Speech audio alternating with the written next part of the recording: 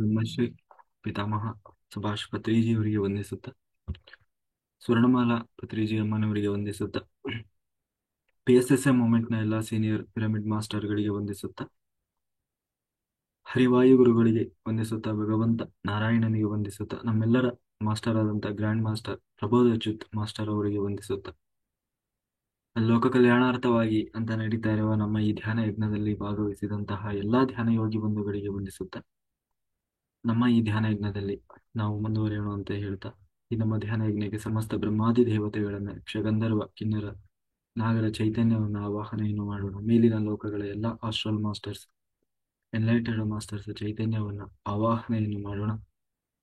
ಸಪ್ತರ್ಷಿಗಳನ್ನ, ಸಪ್ತರ್ಷಿ ಪತ್ನಿಯರನ್ನ, ತ್ರಿಮೂರ್ತಿಗಳನ್ನ, ತ್ರಿಶಕ್ತಿಯರನ್ನ ಆವಾಹನೆಯನ್ನು ಮಾಡೋಣ.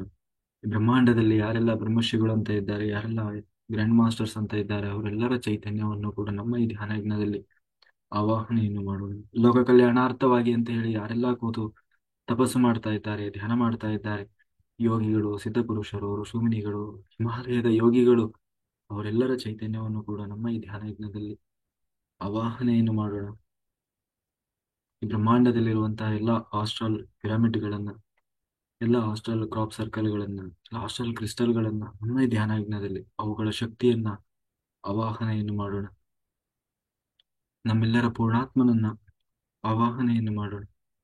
ವಿಶ್ವರೂಪಿಯಾದ ಪರಬ್ರಹ್ಮ ಸ್ವರೂಪಿಯಾದ ಭಗವಂತನನ್ನ, ಲಕ್ಷ್ಮೀ ಸಮೇತ ನಾರಾಯಣನನ್ನ ನಮ್ಮ ಈ ಧ್ಯಾನ ಯಜ್ಞದಲ್ಲಿ ಆವಾಹನೆಯನ್ನು ಮಾಡಿ, ಭಗವಂತನ ಫ್ರೀಕ್ವೆನ್ಸಿಯಲ್ಲಿ, ಎಲ್ಲ ಮಾಸ್ಟರ್ಸ್ ಫ್ರೀಕ್ವೆನ್ಸಿಯಲ್ಲಿ, ಚೈತನ್ಯದಲ್ಲಿ ನಾವೆಲ್ಲರೂ ಒಂದಾಗಿ ಏಕತ್ವ ಸ್ಥಿತಿಯಲ್ಲಿ ಒಂದಾಗಿ ಈ ಧ್ಯಾನ ಯಜ್ಞದಲ್ಲಿ ನಾವು ಮುಂದುವರಿಯೋಣ ಅಂತ ಹೇಳ್ತಾ, ಮಾಸ್ಟರ್ಸ್ ನಾವೀಗಾಗಲೇ ಭಗವದ್ಗೀತೆ ಜ್ಞಾನ ಯಜ್ಞ, ಭಗವದ್ಗೀತೆ ಜ್ಞಾನ ಯಜ್ಞವನ್ನು ನಡೆಸ್ತಾ ಇದ್ವಿ. ಅದರಲ್ಲಿ ಆ ಕೃಷ್ಣನ ಪ್ರೇರಣೆಯಂತೆ ಭಗವದ್ಗೀತೆ ಜ್ಞಾನ ಯಜ್ಞ ನಡೀತಾ ಇತ್ತು.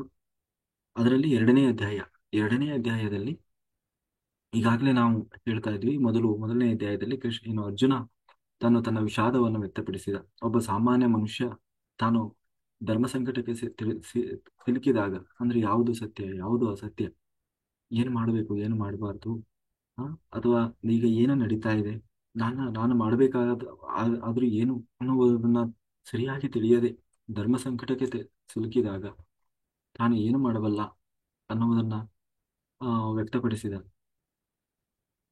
ಅಂದ್ರೆ ಇವತ್ತಿನ ನಮ್ಮೆಲ್ಲರ ಮನಸ್ಥಿತಿಯನ್ನ ಪ್ರತಿಬಿಂಬಿಸುವಂತ ಹಾಗೆ ಮೊದಲನೇ ಅಧ್ಯಾಯದಲ್ಲಿ ಅರ್ಜುನ ಅದಕ್ಕೆ ತನ್ನ ವಿಷಾದವನ್ನು ವ್ಯಕ್ತಪಡಿಸಿದ. ಎರಡನೇ ಅಧ್ಯಾಯದಲ್ಲಿ ಕೃಷ್ಣ ಅದಕ್ಕೆ ಉತ್ತರವನ್ನು ಕೊಟ್ಟ. ನೀನು ಇಷ್ಟೊತ್ತವರೆಗೂ ಏನು ಹೇಳಿದೆ, ಇದೆಲ್ಲ ನಿನ್ನಂತಹ ವೀರನಾದವನು, ನಿನ್ನಿಂದ ಇದನ್ನ ನಾನು ಎಕ್ಸ್ಪೆಕ್ಟ್ ಮಾಡಿರ್ಲಿಲ್ಲ. ಅಂದ್ರೆ ನಿನ್ನಂತಹ ವೀರನಾದವನು ಈ ರೀತಿ ಮಾತಾಡಬಾರದು, ಇದು ನಿನ್ನ ಕೊಳಕು ಮನಸ್ಥಿತಿಯನ್ನು ತೋರಿಸ್ತಾ ಇದೆ ಅಂತ ಹೇಳಿ ಕೃಷ್ಣ ಒಂದೇ ಒಂದು ಮಾತು ಹೇಳುವ ಮೂಲಕ ಇಷ್ಟೊತ್ತವರೆಗೂ ಅರ್ಜುನ ಹೇಳಿದ್ದೆಲ್ಲವೂ ತಪ್ಪು ಅನ್ನುವುದನ್ನ ಹೊಡೆದು ಹಾಕಿದ. ಎರಡನೇದಾಗಿ, ಜೀವ ಅನಾದಿನಿತ್ಯನಾಗಿದ್ದಾನೆ, ಜೀವನಿಗೆ ಸಾವಿಲ್ಲ. ಜೀವ ಎಂದು ಅವನು ನನ್ನ ಹಾಗೆ ಅನಾದಿನಿತ್ಯ, ನನ್ನ ಪ್ರತಿಬಿಂಬದ ಹಾಗೆ ಜೀವ ಇದ್ದಾನೆ. ಅವನನ್ನು ಸಾಯಿಸ್ಲಿಕ್ಕೆ ಸಾಧ್ಯ ಇಲ್ಲ, ಅಥವಾ ಅವನನ್ನು ನಾಶ ಮಾಡ್ಲಿಕ್ಕೆ ಸಾಧ್ಯ ಇಲ್ಲ ಅಂತ ಹೇಳಿ ಹೇಳ್ತಾ ಬಂದ. ಅಲ್ಲ, ಈಗ ನೀನ್ ಹೇಳ್ತಾ ಇದ್ದೀಯ ಎಲ್ಲರೂ ಸತ್ತೋಗ್ಬಿಡ್ತಾರೆ, ಎಲ್ಲರೂ ನನ್ನನ್ನು ಸಾಯಿಸಿಬಿಡ್ತೀವಲ್ಲ ಅಂತ ಹೇಳಿ. ಅದಕ್ಕೆ ಸಾಯುವುದು ದೇಹ ಮಾತ್ರ ಕಣಯ್ಯ, ಜೀವ ಅಲ್ಲ. ಜೀವ ಯಾವತ್ತೂ ಅನಾದಿನಿತ್ಯನಾಗಿರ್ತಾನೆ. ಈ ಈ ದೇಹ ಬರೋಕ್ಕಿಂತ ಮುಂಚೆಯೂ ಕೂಡ ಜೀವ ಇದ್ದ, ಈ ದೇಹ ಬಂದ ಮೇಲೂ ಇದ್ದಾನೆ. ಈ ದೇಹ ಕೊನೆಗೆ ಒಂದು ದಿನ ಬಿದ್ದು ಹೋಗ್ತದೆ, ಆಮೇಲೂ ಕೂಡ ಜೀವ ಇರ್ತದೆ. ಆದ್ರೆ ಅದಕ್ಕೆ ನಾವು ಹೇಳಿದ್ವಿ, ಏನೋ ಹೌದು ನೀನೇನೋ ಹೇಳ್ತೀಯ, ಅದನ್ನ ನಾವು ಒಪ್ಕೊಳ್ಳೋಣ. ಏನೋ ಇರ್ತಾರೆ, ಎಲ್ಲಿಗೂ ಹೋಗಲ್ಲ ಅನ್ನೋದನ್ನ ನಾವು ಒಪ್ತೀವಿ. ಆದ್ರೆ ಏನಾಗುತ್ತೆ ಆದ್ರೆ ನಮ್ಗೆ ನೋಡ್ಲಿಕ್ಕೆ ಸಿಗೋಲ್ಲ. ಇವಾಗ ನೋಡ್ಲಿಕ್ಕೆ ಅಂತ ಒಂದು ದೇಹ ಇದೆ, ಕಣ್ಣು ಕಿವಿ ಮೂಗು ಬಾಯಿ ಎಲ್ಲ ಇರ್ತಾರೆ, ಅವ್ರ ಜೊತೆಗೆ ನಾವು ಮಾತಾಡ್ಬೋದು, ಸಂಪರ್ಕ ಮಾಡ್ಬೋದು.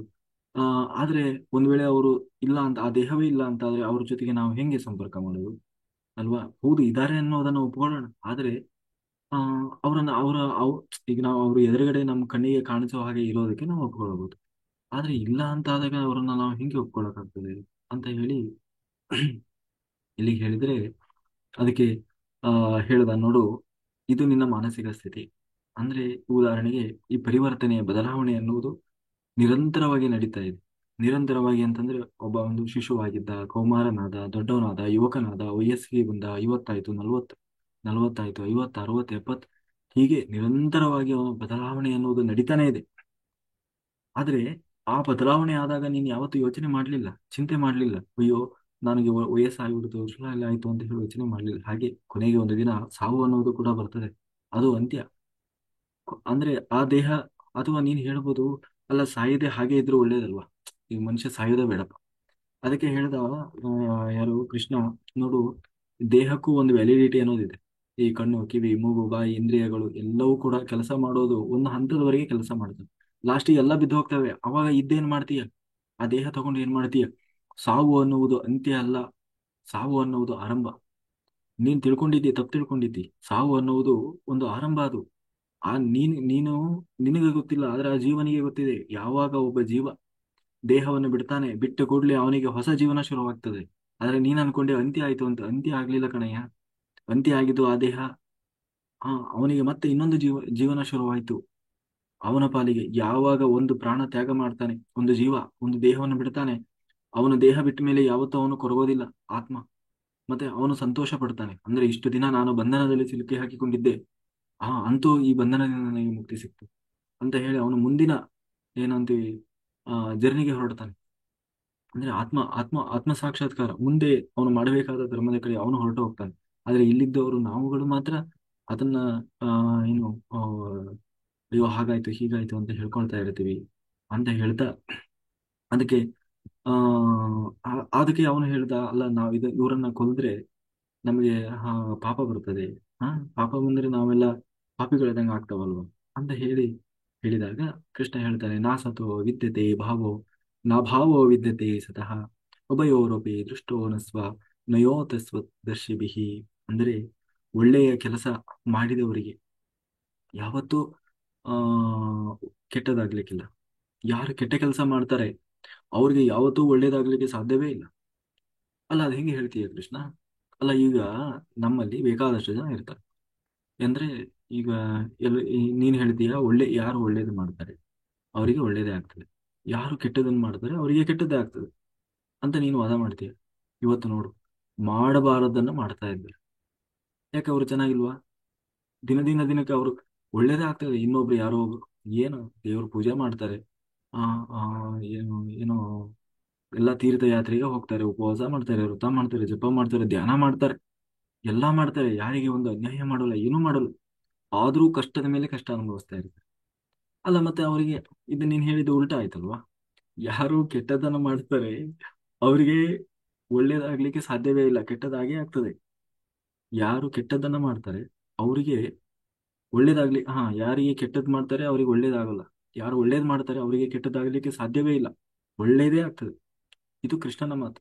ಆದ್ರೆ ಇವತ್ತು ನಾವು ನೋಡ್ತಾ ಇರೋದು ಅದಕ್ಕೆ ಡಿಫ್ರೆಂಟ್ ಆಗಿರ್ತದಲ್ಲ. ಅದಕ್ಕೆ ಕೃಷ್ಣ ಹೇಳ್ತಾನೆ, ಇಲ್ಲ, ನೀನ್ ತಿಳ್ಕೊಂಡಿದ್ದಿ, ತಪ್ಪು ತಿಳ್ಕೊಂಡಿದ್ದಿ. ಏನಂದ್ರೆ ನೀನು ಇವತ್ತಿಂದ ಮಾತ್ರ ಯೋಚನೆ ಮಾಡ್ತಾ ಇದ್ದಿ, ಹಿಂದಿಂದ ನೋಡ್ತಾ ಇಲ್ಲ. ಇವತ್ತು ಯಾರಾದ್ರೂ ಒಬ್ಬ ಸುಖವನ್ನು ಅನುಭವಿಸ್ತಾ ಇದ್ದಾನೆ, ಅವನಿಗೆಲ್ಲ ಒಳ್ಳೇದೇ ಆಗ್ತಾ ಇದೆ ಅಂತಂದ್ರೆ ಅವನ ಹಿಂದೆ ಅವನು ಒಳ್ಳೇದನ್ನೇ ಮಾಡಿದ್ದಾನೆ, ಅದರ ಫಲವನ್ನು ಇವತ್ತು ಉಣ್ತಾ ಇದ್ದಾನೆ. ಇವತ್ತು ಇವತ್ತು ಬದುಕ್ತಾ ಇರೋದು ಅವನು ಹೇಗ್ ಬೇಕಾದ್ರೂ ಬದುಕ್ತಾ ಇರ್ಬೋದು. ಅಜ್ಞಾನದಿಂದ ಮನಸ್ಸಿಗೆ ಬಂದ ಹಾಗೆ ಮನಸ್ಸಿಗೆ ಬಂದಿದ್ದನ್ನ ಮಾಡ್ತಾ ಸ್ವಇಚ್ಛೆ ಆ, ಅಂದ್ರೆ ನಿರಂಕುಶನಾಗಿ ಮಾಡ್ತಾ ಬದುಕ್ತಾ ಇರ್ಬೋದು. ಆದ್ರೆ ಹಿಂದೆ ಅವನು ಒಳ್ಳೆಯದನ್ನು ಮಾಡಿದ್ದಾನೆ, ಅದರ ಫಲವನ್ನು ಇವತ್ತು ಉಣ್ತಾ ಇದ್ದಾನೆ. ಅಷ್ಟೇ ಅಲ್ಲ, ಇವತ್ತು ಅವನು ಮಾಡ್ತಾ ಇದ್ದಾನಲ್ಲ ಕೆಟ್ಟದ್ದು, ಅದಕ್ಕೆ ಕಾದಿದೆ ಅವನಿಗೆ, ಖಂಡಿತ ಅವನು ಉಣ್ತಾನೆ. ಅಲ್ಲ ಹೌದಯ್ಯ. ಈಗ ಉದಾಹರಣೆಗೆ ನಾವೇ ಹೇಳ್ತೀವಿ, ಈಗ ನೀವೇನ್ ಮಾಡಿದ್ರಿ, ಎಲ್ಲಾ ಕೌರವರು ಏನ್ ಮಾಡಿದ್ರು, ಎಲ್ಲವನ್ನ ಕಸ್ಕೊಂಡ್ರು. ನೀವು ಸಂಪಾದನೆ ಮಾಡಿದ ಸಾಮ್ರಾಜ್ಯವನ್ನು, ನೀವು ಕಟ್ಟಿ ಬೆಳೆಸಿದಂತಹ ಸಾಮ್ರಾಜ್ಯ. ಯಾಕೆಂದ್ರೆ ಧರ್ಮರಾಜ ಇಂದ್ರಪ್ರಸ್ಥದಲ್ಲಿ ಮಾಡಿದ ಸಾಮ್ರಾಜ್ಯ ಯಾರೋ ಕಟ್ಟಿ ಬೆಳೆಸಿದ ಸಾಮ್ರಾಜ್ಯ ಅಲ್ಲ ಅದು. ಅಲ್ಲಿ ಬರಡು ಭೂಮಿಯಾಗಿತ್ತದು, ಎಲ್ಲ ಕಾಡು ಮೇಡು. ಅದನ್ನ ಇವರು ಅದೊಂದು ನಾಗರಿಕತೆಯನ್ನಾಗಿ ಮಾಡಿದ್ರು, ಒಂದು ನಾಗರಿಕ ಸಮಾಜ ಬದುಕುವ ಹಾಗೆ ಒಂದು ಹೊಸದಾಗಿ ಸೃಷ್ಟಿ ಮಾಡಿದ್ರು, ಒಂದು ನಗರವನ್ನ ಸೃಷ್ಟಿ ಮಾಡಿದ್ರು ಕೃಷ್ಣನ ಸಹಾಯದಿಂದ. ಆ ಅಂತಹ ಸಾಮ್ರಾಜ್ಯವನ್ನ ಇವರು ಕಸ್ಕೊಂಡ್ರು. ಆಮೇಲೆ ವನವಾಸಕ್ಕೆ ಕಳಿಸಿದ್ರು, ಪಗಡೆಯಾಟ, ಹೆಂಡತಿಗೆ ಏನು ಅವಮಾನ ಮಾಡಿದ್ರು, ಇವರಿಗೆ ಅವಮಾನ ಮಾಡಿದ್ರು, ಇಷ್ಟೆಲ್ಲಾ ಮಾಡಿದ್ರು. ಕೊನೆ ಅಜ್ಞಾತವಾಸದಲ್ಲಿ ಎಷ್ಟೆಲ್ಲಾ ಒದ್ದಾಡಿದ್ರು. ಅಲ್ಲ ಮತ್ತೆ ಅವರು ಪಾಂಡವರು ಮಾತ್ರ ಒಳ್ಳೇದೇ ಮಾಡ್ತಾ ಇದ್ರು, ಒಳ್ಳೆಯವರೇ ಆಗಿದ್ರು, ಎಲ್ಲರಿಗೂ ಅಚ್ಚುಮೆಚ್ಚಾಗಿದ್ರು. ಆದ್ರೆ ಅವರಿಗೆ ಕೆಟ್ಟದ್ದೇ ಆಗ್ತಾ ಇತ್ತಲ್ಲ ಮತ್ತೆ.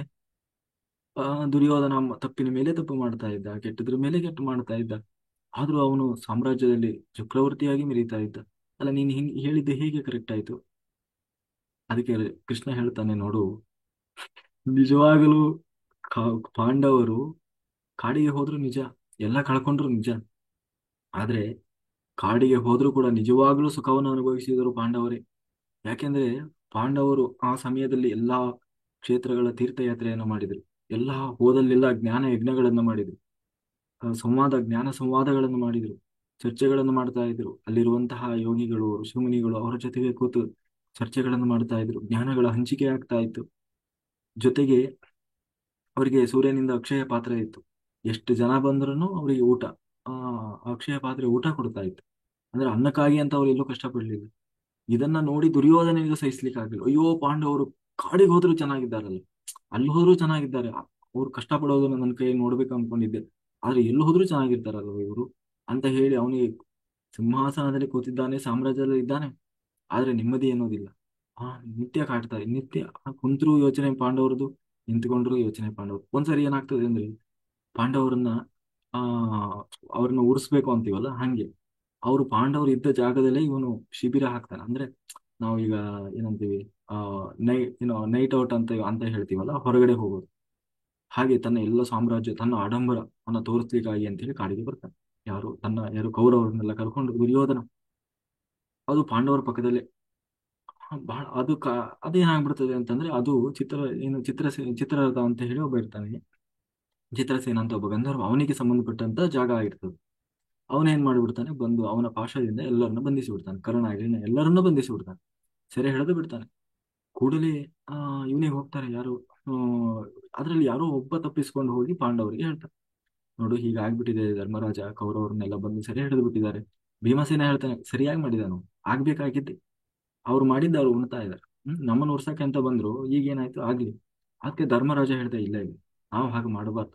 ನಾವು ಎಷ್ಟಾದ್ರೂ ಕಚ್ಚಾಡ್ಕೊಳ್ಳೋಣ, ನಾವು ನಮ್ಮೊಳಗೆ ಏನಾದ್ರೂ ಇರ್ಲಿ, ಆದ್ರೆ ನಮ್ಮವರಿಗೆ ಆಪತ್ತು ಅಂತ ಬಂದಾಗ ನಾವು ಅದನ್ನು ಸಾಧಿಸಬಾರ್ದು, ಹೋಗಿ ನಾವು ಸಹಾಯ ಮಾಡ್ಬೇಕು. ಅದಕ್ಕೆ ಭೀಮಸೇನ ವಾದ ಮಾಡ್ತಾನೆ, ಅಯ್ಯೋ, ಈಗ ನಾವಾಗೆ ಏನಾದ್ರು ಕರೆದಿದ್ವು ಅವ್ರನ್ನ, ನಾವೇನಾದ್ರೂ ಹೇಳಕ್ ಹೋಗಿದ್ವಿ? ಇಲ್ಲ, ಅವ್ರಾಗೆ ಮಾಡ್ಕೊಂಡಿದ್ದು, ನಾವ್ಯಾಕೆ ಅವರಿಗೆ ಹೇಳ್ಬೇಕು ಅಂತ ಹೇಳಿದ್ರೆ, ಕೊನೆಗೆ ಬಹಳ ದೊಡ್ಡ ವಾದ ಆಗ್ತದೆ. ಕೊನೆಗೆ ಧರ್ಮರಾಜ, ಇಲ್ಲ, ನೀವು ಯಾರು ಹೋಗ್ತಿರೋ ಬಿಡ್ತಿರೋ, ನಾನಂತೂ ಹೋಗ್ತೀನಿ ಅಂತ ಹೊರಡ್ತಾನೆ. ಆಗ ಭೀಮಸೇನ ಅರ್ಜುನ ಹೋಗಿ ಬಿಡಿಸಿ ಬರ್ತಾರೆ. ಅಂದ್ರೆ ಒಳ್ಳೆಯವರಿಗೆ ಕೆಟ್ಟದ್ದನ್ನ ಮಾಡ್ಲಿಕ್ಕೆ ಹೋದ್ರು ಅದು ತಿರುಸಿ ಅವರಿಗೆ ಒಳ್ಳೇದೇ ಆಗ್ತಾ ಇರ್ತದೆ ಹೊರತು ಕೆಟ್ಟದಾಗ್ಲಿಕ್ಕೆ ಸಾಧ್ಯ ಇಲ್ಲ. ಎಷ್ಟಾದ್ರೂ ಕೆಟ್ಟದ್ ಮಾಡ್ಲಿ, ಅವರ ಪಾಲಿಗೆ ಒಳ್ಳೆಯವರಿಗೆ ಯಾವತ್ತೂ ಅದು ಒಳ್ಳೇದೇ ಆಗ್ತಾ ಇರ್ತದೆ. ಕೆಟ್ಟವರಿಗೆ ಅವನು ಅವರಿಗೆ ಉರಿಸ್ಬೇಕು ಅಥವಾ ಅವರಿಗೆ ಇದ್ ಮಾಡ್ಬೇಕು ಅಂತ ಬಂದ, ಕೊನೆಗೆ ಅವರಿಗೆ ಅವಮಾನ ಆಗಿ ಅವರೇ ಸಿಕ್ಕಾಕೊಂಡು ಅವರನ್ನ ಪಾಂಡವರೇ ಬಂದು ಬಿಡಿಸುವ ಪರಿಸ್ಥಿತಿ ಬಂತು. ಕೊನೆಗೆ ಏನಾಯ್ತು, ಎಲ್ಲ ಆಯ್ತು, ಯುದ್ಧ ಆಯ್ತು. ಯುದ್ಧದಲ್ಲಿ ಎಲ್ಲರನ್ನ ಕಳ್ಕೊಂಡ. ಗುರುಗಳನ್ನ ಕಳ್ಕೊಂಡ, ಅಜ್ಜನನ್ನ ಕಳ್ಕೊಂಡ್ರು, ತನ್ನ 99 ಮಂದಿ ಸಹೋದರರನ್ನ ಕಳ್ಕೊಂಡ, ಆಪ್ತ ಮಿತ್ರನಾದ ಕರ್ಣನನ್ನ ಕಳ್ಕೊಂಡ, ಸಾಮ್ರಾಜ್ಯವನ್ನ ಕಳ್ಕೊಂಡ, ತನ್ನ ಮಕ್ಕಳನ್ನ ಕಳ್ಕೊಂಡ, ಮೊಮ್ಮಕ್ಕಳನ್ನ ಕಳ್ಕೊಂಡ ದುರ್ಯೋಧನ. ಎಲ್ಲ ಅವಮಾನಿತನಾದ. ಕೊನೆಗೆ ಏನಂತೀವಿ, ಆ ಯುದ್ಧರಂಗದಲ್ಲಿ ತೊಡೆ ಮುರಿದು ಬಿದ್ದ, ಸೊಂಟ ಏನು ಸ್ಪೈನಲ್ ಕಾರ್ಡ್ ಅಂತೀವಲ್ಲ, ಅದು ಮುರಿದು ಬಿದ್ದ. ಕೊನೆಗೆ ಅವನ ಅಂತ್ಯ ಸಂಸ್ಕಾರ ಕೂಡ ಮಾಡ್ಲಿಲ್ಲಂತೆ.